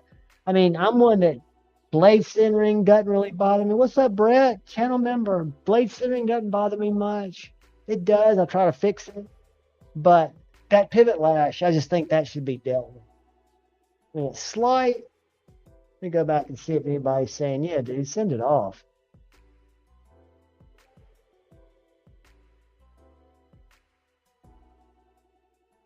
Yeah, I think I'm going to send it off. It's just got a little bit of light. Now, it doesn't come out of the handle. I don't think it's even moving a 1/16 of an inch. I don't know how tiny. It's just enough to feel it. And what's weird about it to me, where I notice it and where I think it bothers me, is when I pick it up out of the case, I can feel it kind of shift weight, because when you go like that, it's falling that little tiny bit of lash. So I need to take a point to maybe get that together tomorrow, so it'll be ready to send out Monday. Lauren had the Crispy Donut Community Salem, Donut Craft Exodus K&T. Do you need a hunter? How do you like those knives? We need to talk about that. The Raccoon, which is a banger. The MKM Micro, I did a video with my micros as my most concealable favorite knives. They made the list. I love both of those knives. and a bunch of other stuff in pocket trash. That's the way it should be, man. I'll tell you some pocket trash I've been carrying lately, and I'm loving it. And it's not trash. This came from brother Josabella, and I don't think I can show it. Maybe I can, because I've got, I'm not going to call them studio lights. I'm trying to charge it with my laser. I don't really have studio lights, but I've got kind of bright lights. I don't know if you're going to see this natural material glowing. You're probably not, but trust me, when it's dark and you charge these and they're smooth, reminds me of a fat guitar pick. Waxy, but it glows and it's just beautiful. So I'm all about and loving different pocket trash. And I've even found myself, I didn't today, but I've been carrying my Leatherman, begins with a C. It's not the Wave, but it does have a little screwdriver. It doesn't have a corkscrew because I don't drink, but it's a good one, which makes me think that one of the giveaways, I'm going to do a comparison between these two. Before, in my bug out bag, I had the Skeletool because it had the bit, which is my main thing that I like about it, plus the pliers. And I've got the bit kit, and then I think you guys have seen my bit ratchet. I've got a bunch of, I like to be able to have bits, right? So it's got pliers, and it's got its regular carabiner, can opener, and the bit driver. And then when you close it up, it's got locking blade, and I did get the half serrated. I did that on purpose because I figured if I was ever going to have a half serrated, it would come in handy on the campsite. And I think that's the only tools it has. It does have this little slot where it'll store the second bit. And then, of course, I bought the bit extended kit that I keep in my bag beside it.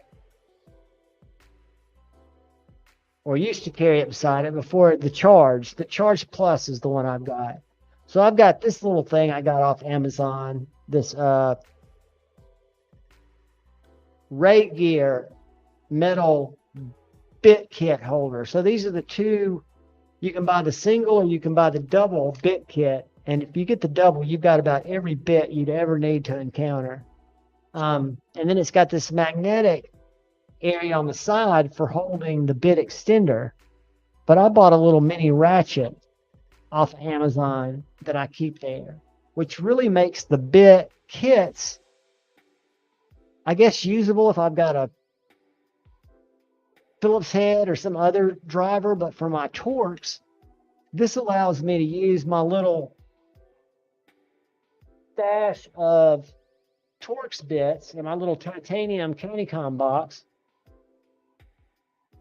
and use them if I need them, because that holds the regular 1/4-inch bits, and it just carries great. And my point was, I'll probably make this one of my member giveaway items because I think people love multi-tools. I never had one until I bought this one. Like I said, I did for the bits, but I found myself using the pliers much more than I ever did the bits.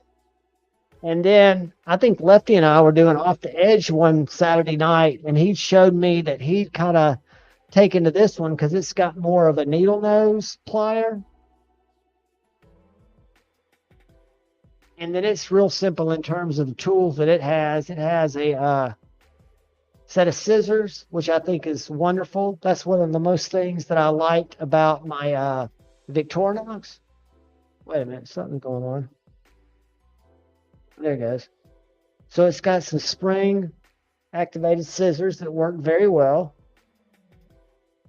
And then beside that, if I'm not mistaken, is the eyeglass bit driver. And in the bit toolkit, there's a double-sided replacement for a different bit set for the micro. And then you've got it's a flat head, but I kind of look at it as a mini pry bar too, because all of these tools are locking. So all of the Charge tools, you have this little button on the back that you push to close them. So I think you could use that as a pry. And then on this side, it's real simple. You've just got your bit driver, which is, again, why I bought it. It's lockable. It uses all my bit from my bit extending kit, or it'll use my little ratchet that goes in, locks in. And then you push the lock and it'll close up. And then it's got a can opener. But very simple. And I think it's also got some stuff on the outside. 2 blades. Well, it's got actually more than that. It's got 2 blades. This is a rescue blade that's serrated with a belt cutter. And it's a locking blade, but it's openable from the outside. So it's got that hole right there. So if you need to get to it quickly, you can.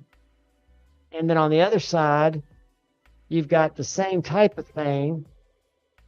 And this is 440C, this blade is.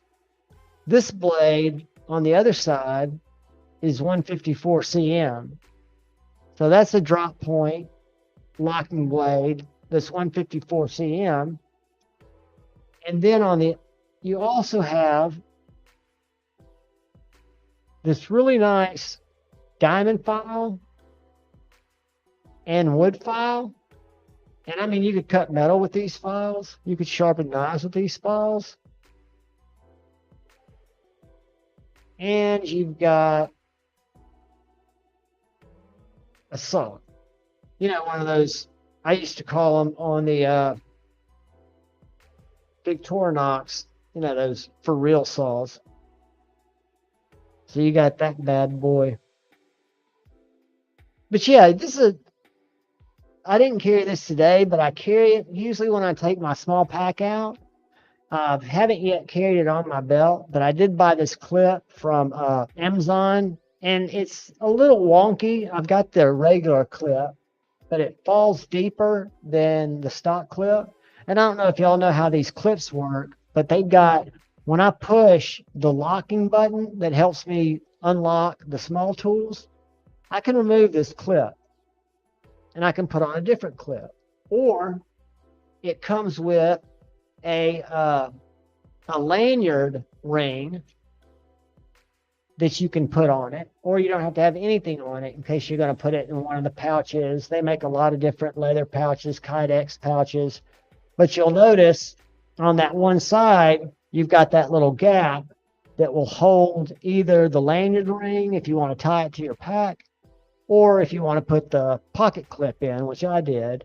And I like the pocket clip because it was titanium. It was $13. It was on Amazon. It's made for the Leatherman. They have a bunch of different patterns, probably 6 or 7 different laser patterns. Ugh. But then you just push that lock and lock it back in place and get it to go in. All right, let me get back to the carries, guys. I'm sorry. I get so sidetracked. I'm bad. All right, did we get Lawrence, Salem, Donut Craft Exodus? Oh, yeah, the Unita, because I was asking about that one. Those Unitas, is yours a small one?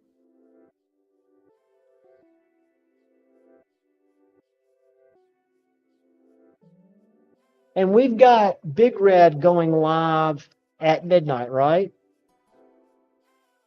So what I want to make sure I do is I don't get close to midnight, because I've got to have time just to run down to the store, which will take me 5 minutes, but I don't want to drive too close to that live. Why can't I get my clip back in? Y'all are getting to watch live stream Struggle Bus. See, most people would just let it go and set it down, but not Mr. Neurodivergent. He will sit there and struggle with it. Now he's got it stuck on there. There he goes. But see what will happen? Mr. Neurodivergent will prevail. But that is the Leatherman Charge Plus, and I did get the $20 less expensive one with G10. This has black G10 handles. This is also available in titanium. The only reason I didn't get the titanium is I wanted the blacked out. So this one does have the black tools, kind of the, I guess you'd call it the operator model. No more expensive, but it's coated, it's dark. It would make a good whacker packer. What else do I have new and cool that I've not shared with you guys? I've got some exciting news, and we should probably do that. We're going to do a giveaway, and we'll do more than one. We might do two. And these are going to be by one of our guests, one of our channel members. And I can't remember. Right now, they're going to stay anonymous. But this is because I can't remember. I need to look at my text. And if I do that, I'll go down a totally different rabbit hole because I'll start reading somebody else's and it'll just sidetrack us even more. So we're going to have a giveaway. And we'll do it. Everybody here is already subscribed to Big Red. Who should we get over a milestone, or should we just do it in the chat? Let me go through, make sure I haven't missed any carries.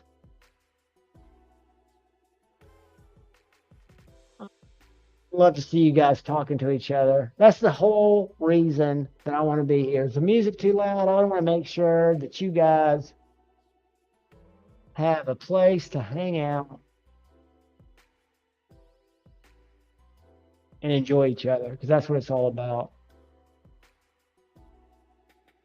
I agree, acid test kids, and knowing Elijah's designs as I do. Oh, Brett, thank you, buddy. I appreciate that, man. I will do that.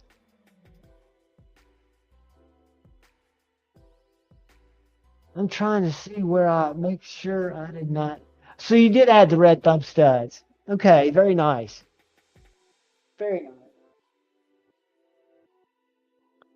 You've got to have it. I've never seen you do a collection dive, and I'm sure if I dove through, I could see a lot more. But you've got some of the coolest Benchmades. One of my favorite American-made knives is the Mini Locos. That's definitely my favorite Benchmade, even more so than my Mini Adamas.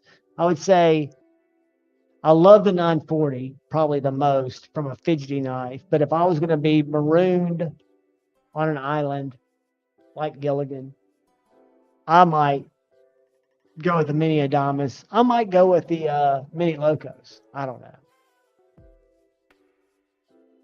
Let's see what we got. But anyways, we had a community member reach out, like some do. Like I always ask, I'd love for you guys to connect with me on Instagram. If you shoot me a DM and say, hey, man, I just followed you, I'll follow you right back. I just rarely use it. I use it to post stuff from like my camera. I don't ever go in and scroll. Once a day I do. I try to go and I don't like nearly enough posts because I try not to spend a lot of time consuming social media. I know that sounds hypocritical too. I should consume a lot more if I'm expecting people to consume mine, but there's just not enough hours in the day. I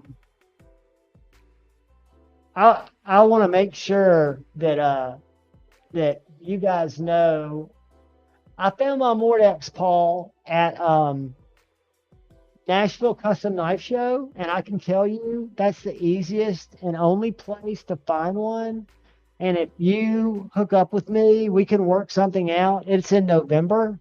I don't know which weekend in November, but I will reach out and I will acquire you one, and we can just work it out. Because from what I understand right now, and Zach, correct me if I'm wrong, Mordaxes are pretty much only obtainable at one of the knife shows. But I always don't just go to Blade Show in Atlanta. I also go to the Nashville Custom Knife Show, which this year I want to say is November 13th. I don't remember. Well, mine's a Magna Cut. That's probably exact, Kyle. That's exactly the right year model. You'd send it back, right? I think I can answer that for you. I'm sure you would.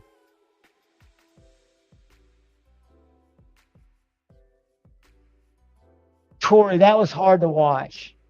That was not as hard to watch, however, as another beautiful member of this chat getting his knife back that had been loaned out, that had been destroyed. He brought it back, but shouldn't have had to. Yes, I'm talking about Zach's video.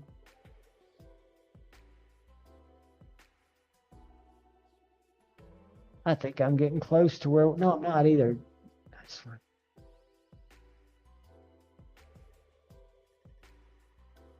You guys are funny.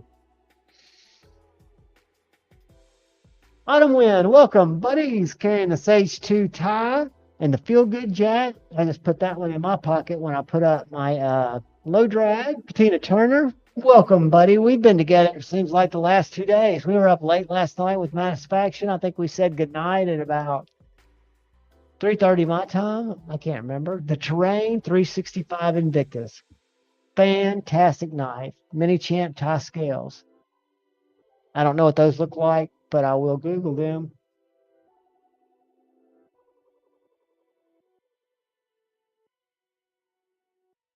I found some scales, and I won't look for them now to worry you guys. Are they from? No, they're not from.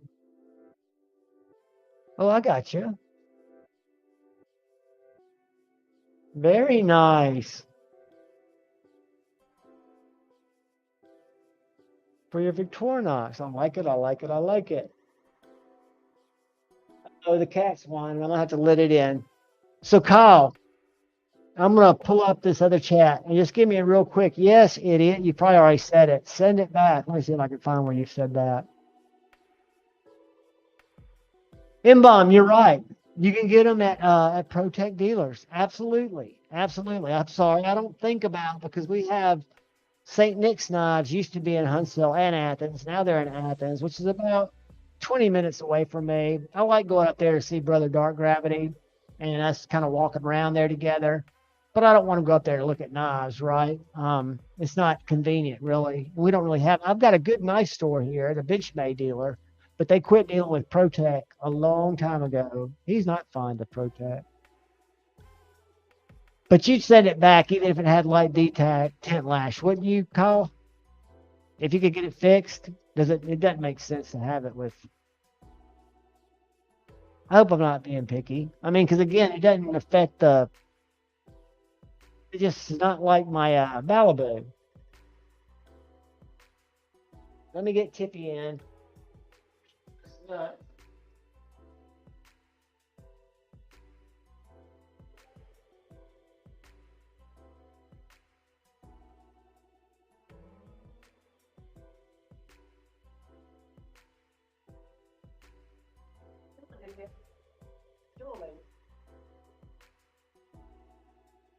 Don't step on the keys. Don't step on the keys. All right, hold on. Hold on, guys. I apologize. Chat amongst yourselves. This will take but a second.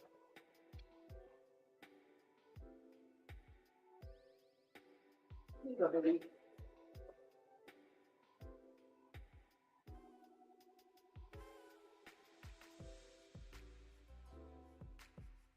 All right.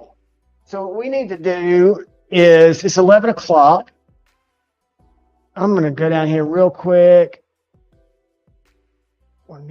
Make sure I didn't miss anybody's carry because I do not want to read miss somebody's pocket check. If I do, I didn't mean to. What I want to do is get into a couple of quick giveaways that are literally brought to us from a community member who said, hey, Javon, I've got some good knives that I don't use every day, and I'd like to donate them to the channel. And I was like, I'd love to give them away in your honor, and that's what I want to do. So we're going to do it in the chat. We're going to keep it simple. I don't think I missed anybody's carry. I probably did.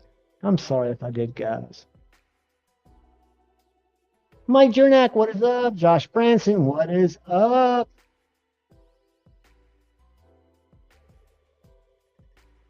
I'm just trying to get caught up so I can kind of be where you are in the conversation. Junior Miz, howdy, buddy. Pizza operator. Brett Ingram, what's up? I appreciate you, my friend.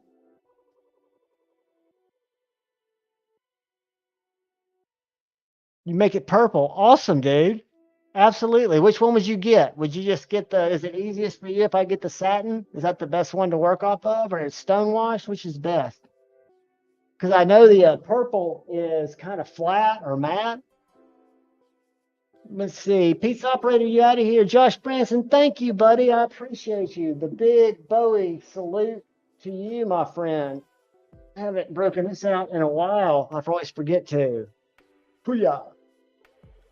Appreciate you.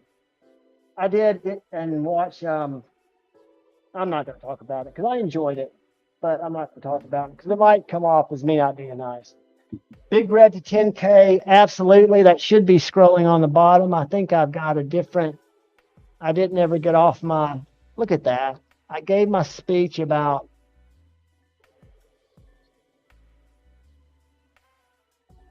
That's the one that's supposed to be scrolling. It should say Big Red to 10K.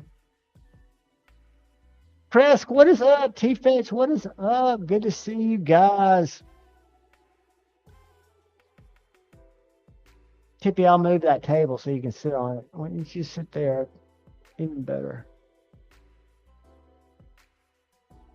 No, it's in the other one. I pulled the wrong one.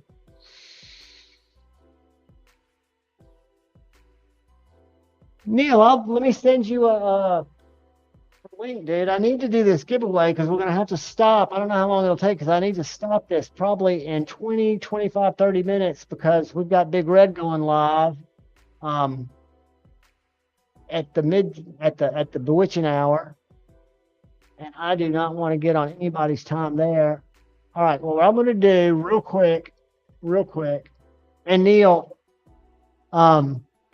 I'm going to send you a DM. We're going to set this up, and you're going to come on Friday. You can come on before or after Jason, or you can hang the whole time and be there when Jason comes on. It doesn't matter, dude. More the merrier. I'm going to find this giveaway tool, and then we're going to talk about what we got. Oop, we're not going to use the YouTube random picker as much as I'd like to, but I don't know who to go give love to.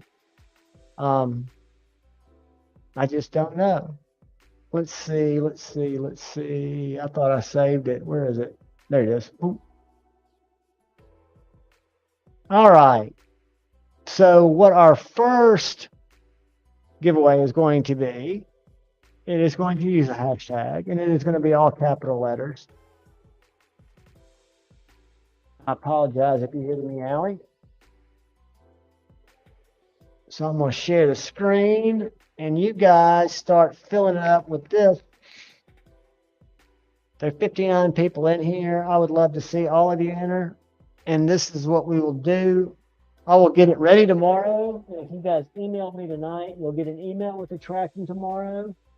But it will actually be Monday when it ships. But it'll be ready to go tomorrow, and you'll have your tracking. So what we are going to put in the chat for Brother Zach, who is the reason, or he at least gave us a reason to continue to do something kind for someone. So just put hashtag DSKFS. And what we're going to be giving away tonight, thanks to a community member who will be revealed at a later date after I've communicated with them and make sure it is copacetic,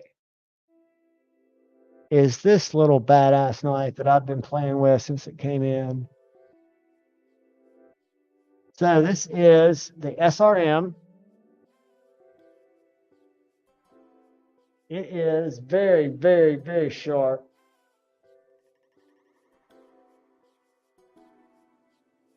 S203 ME. It is a bar lock that works very well. It's got a deployment hole. Let me make it. Y'all keep putting in your DSKFS. I'll tell you how good you're doing in a second. Mike Harden denim handles. Beautiful brush satin blade. Sent 3 awesome knives to pass along to you guys. So this is the one, and it's got its original box with its paperwork. and it'll go in with a bunch of stickers. I found a bag that I got from Brother Big Red, and I haven't yet, and doubt I will give away the Nelly sticker, but I sent out today. Whoever won Friday night, 2 of you won, I forget now, but you've got banger stickers coming. You've got some old, I mean, just hang on to them. Do not stick them, or stick them somewhere that you know you're going to be, because they're great stickers. Look at Mayor Salt playing for Nuts for Knives. You guys are just too much. You guys are too much. All right, we're getting close. Let me see how many we've got collected. 42. We're getting there, guys. Everybody jump in there. We're at 59 people here. That's all that matters. I do not count likes. That does not bother me. I just want to make sure y'all get entered if you want to get entered, because I'm going to pull this one. I'm trying not to do like Stevie and make it happen real quick. Hey, guys, everybody, and everything's good, but just think about Crispy and send love to him. We love Crispy. That's awesome of you. Jeffrey, that's awesome of you playing for Blade Over. Tippy, do not knock over my stuff.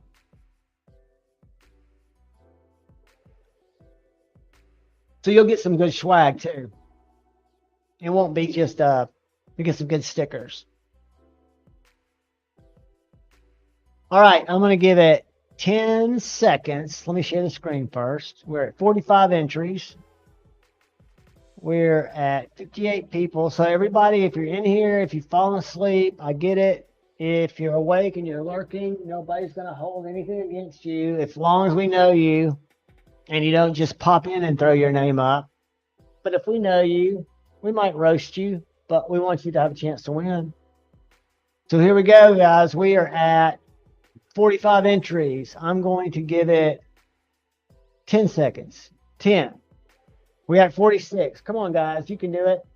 47. We'll go 10, 9, 8, 7, 6, 5, 4, 3. Here we go, guys. Good luck. 1. Good luck, everybody.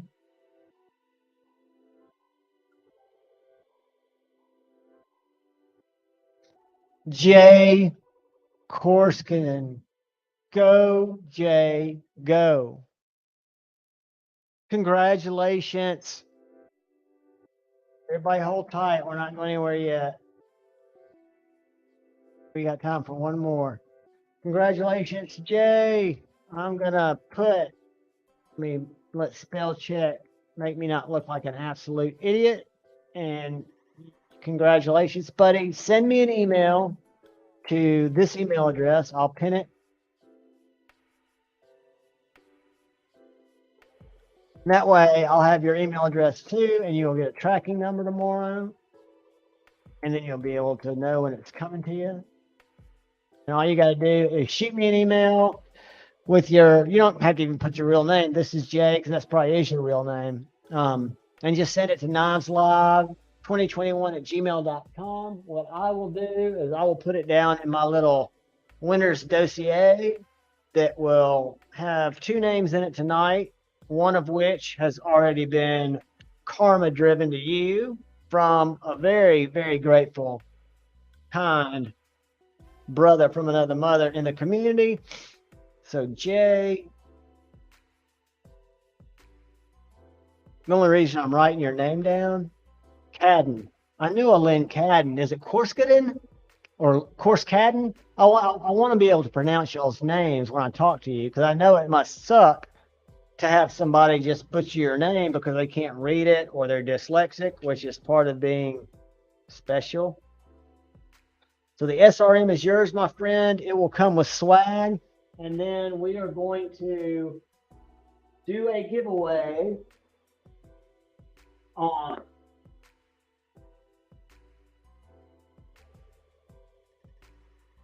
one more front flipper. And I want to say this is the Tivian. It is perfectly centered. Let me stop sharing. Boom. Jade G10, so it can be colored any color. Deep carry clip, finger flipper, drop shut action, finger flick, money. Whoops, I missed it. That was me. You don't even have to think about it. I just happened to miss it because I'm looking at the knife and the camera. It is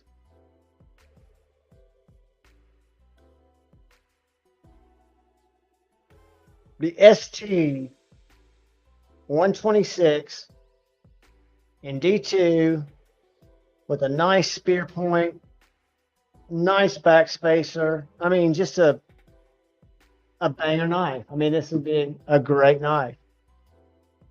Got drop shut action, liner lock. So what we're going to do on this one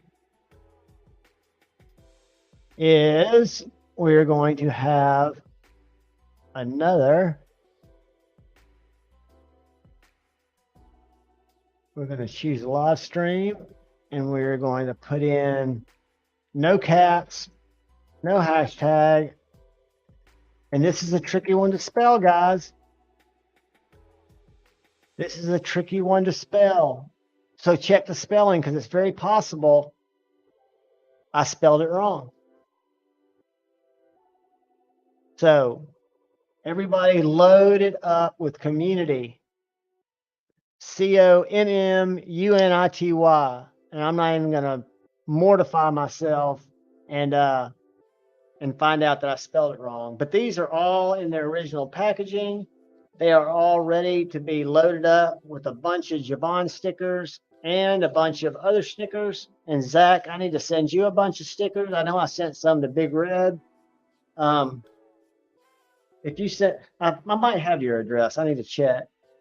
But I will make sure all this stuff gets out tomorrow. And guys, I love having y'all hang out. My most favorite nights are Friday night. I love Saturday night when Lefty and I rally. I hate that he didn't get to jump on. I would have loved him to pop in and say something stupid like he so eloquently does, but we missed out on that. But Lego, Cheeto, you guys are awesome. But yeah, throw them in there.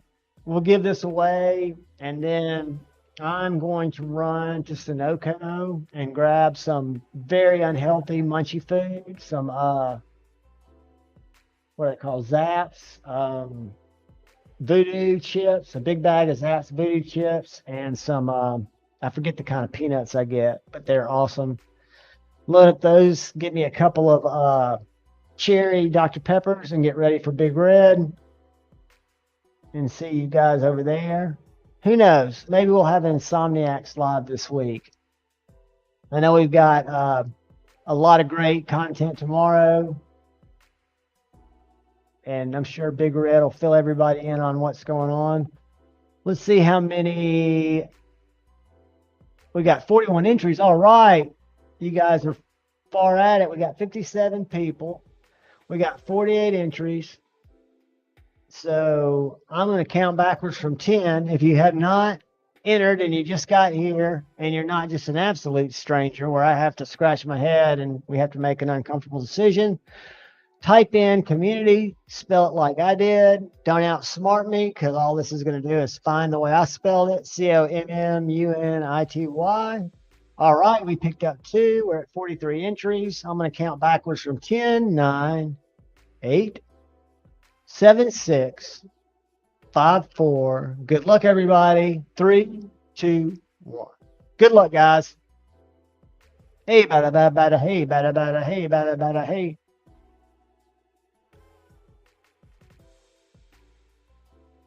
Thomas McDonald.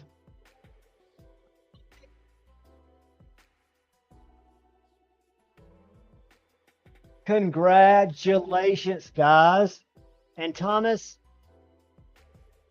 I'm going to write you down first, because last night I did not write down the second name. Luckily, when the email came in, it triggered a synapse, and I knew exactly who it was. But I just, for some reason, last night forgot to write it down. So you've got the Statidian coming your way. And again, when you email me at the email address that's up there, I'll pop it in the chat again if it's easier to click on, if that takes you right to your email. You don't have to shoot it to me tonight, but if you do, even if you shoot it to me tomorrow, I'll have it out to you Monday. So just shoot it out to me. Don't forget to, because I can't ship it without your address, and I'll email you back. You'll get a tracking number from Pirate Ship. God, you guys, that Pirate Ship was the best thing that ever happened to me. Where I used to let stuff pile up, guys, for 4 or 5 weeks, just because I had to save up to get down to the UPS store and let all this shit go out. It was nuts, and I just feel so guilty seeing the stuff sitting there. So Knives Live 2021 at gmail.com. Congratulations, Thomas. Paul Mills, you are the man. You are my hero. And guys, we are going to bow out. We're going to do a group hug. We're going to look out for the guy or gal to the left. We're going to look out for the guy or gal to the right. We're going to look out for each other. We're all going to go to Big Red if we can stay up. If we've got to go to church tomorrow, that's understandable. But we're going to rally over there after we go get our bite to eat, hug our loved ones, pet our dog, grab some food. I love you all. Guys, most importantly, choose to bait, not hate.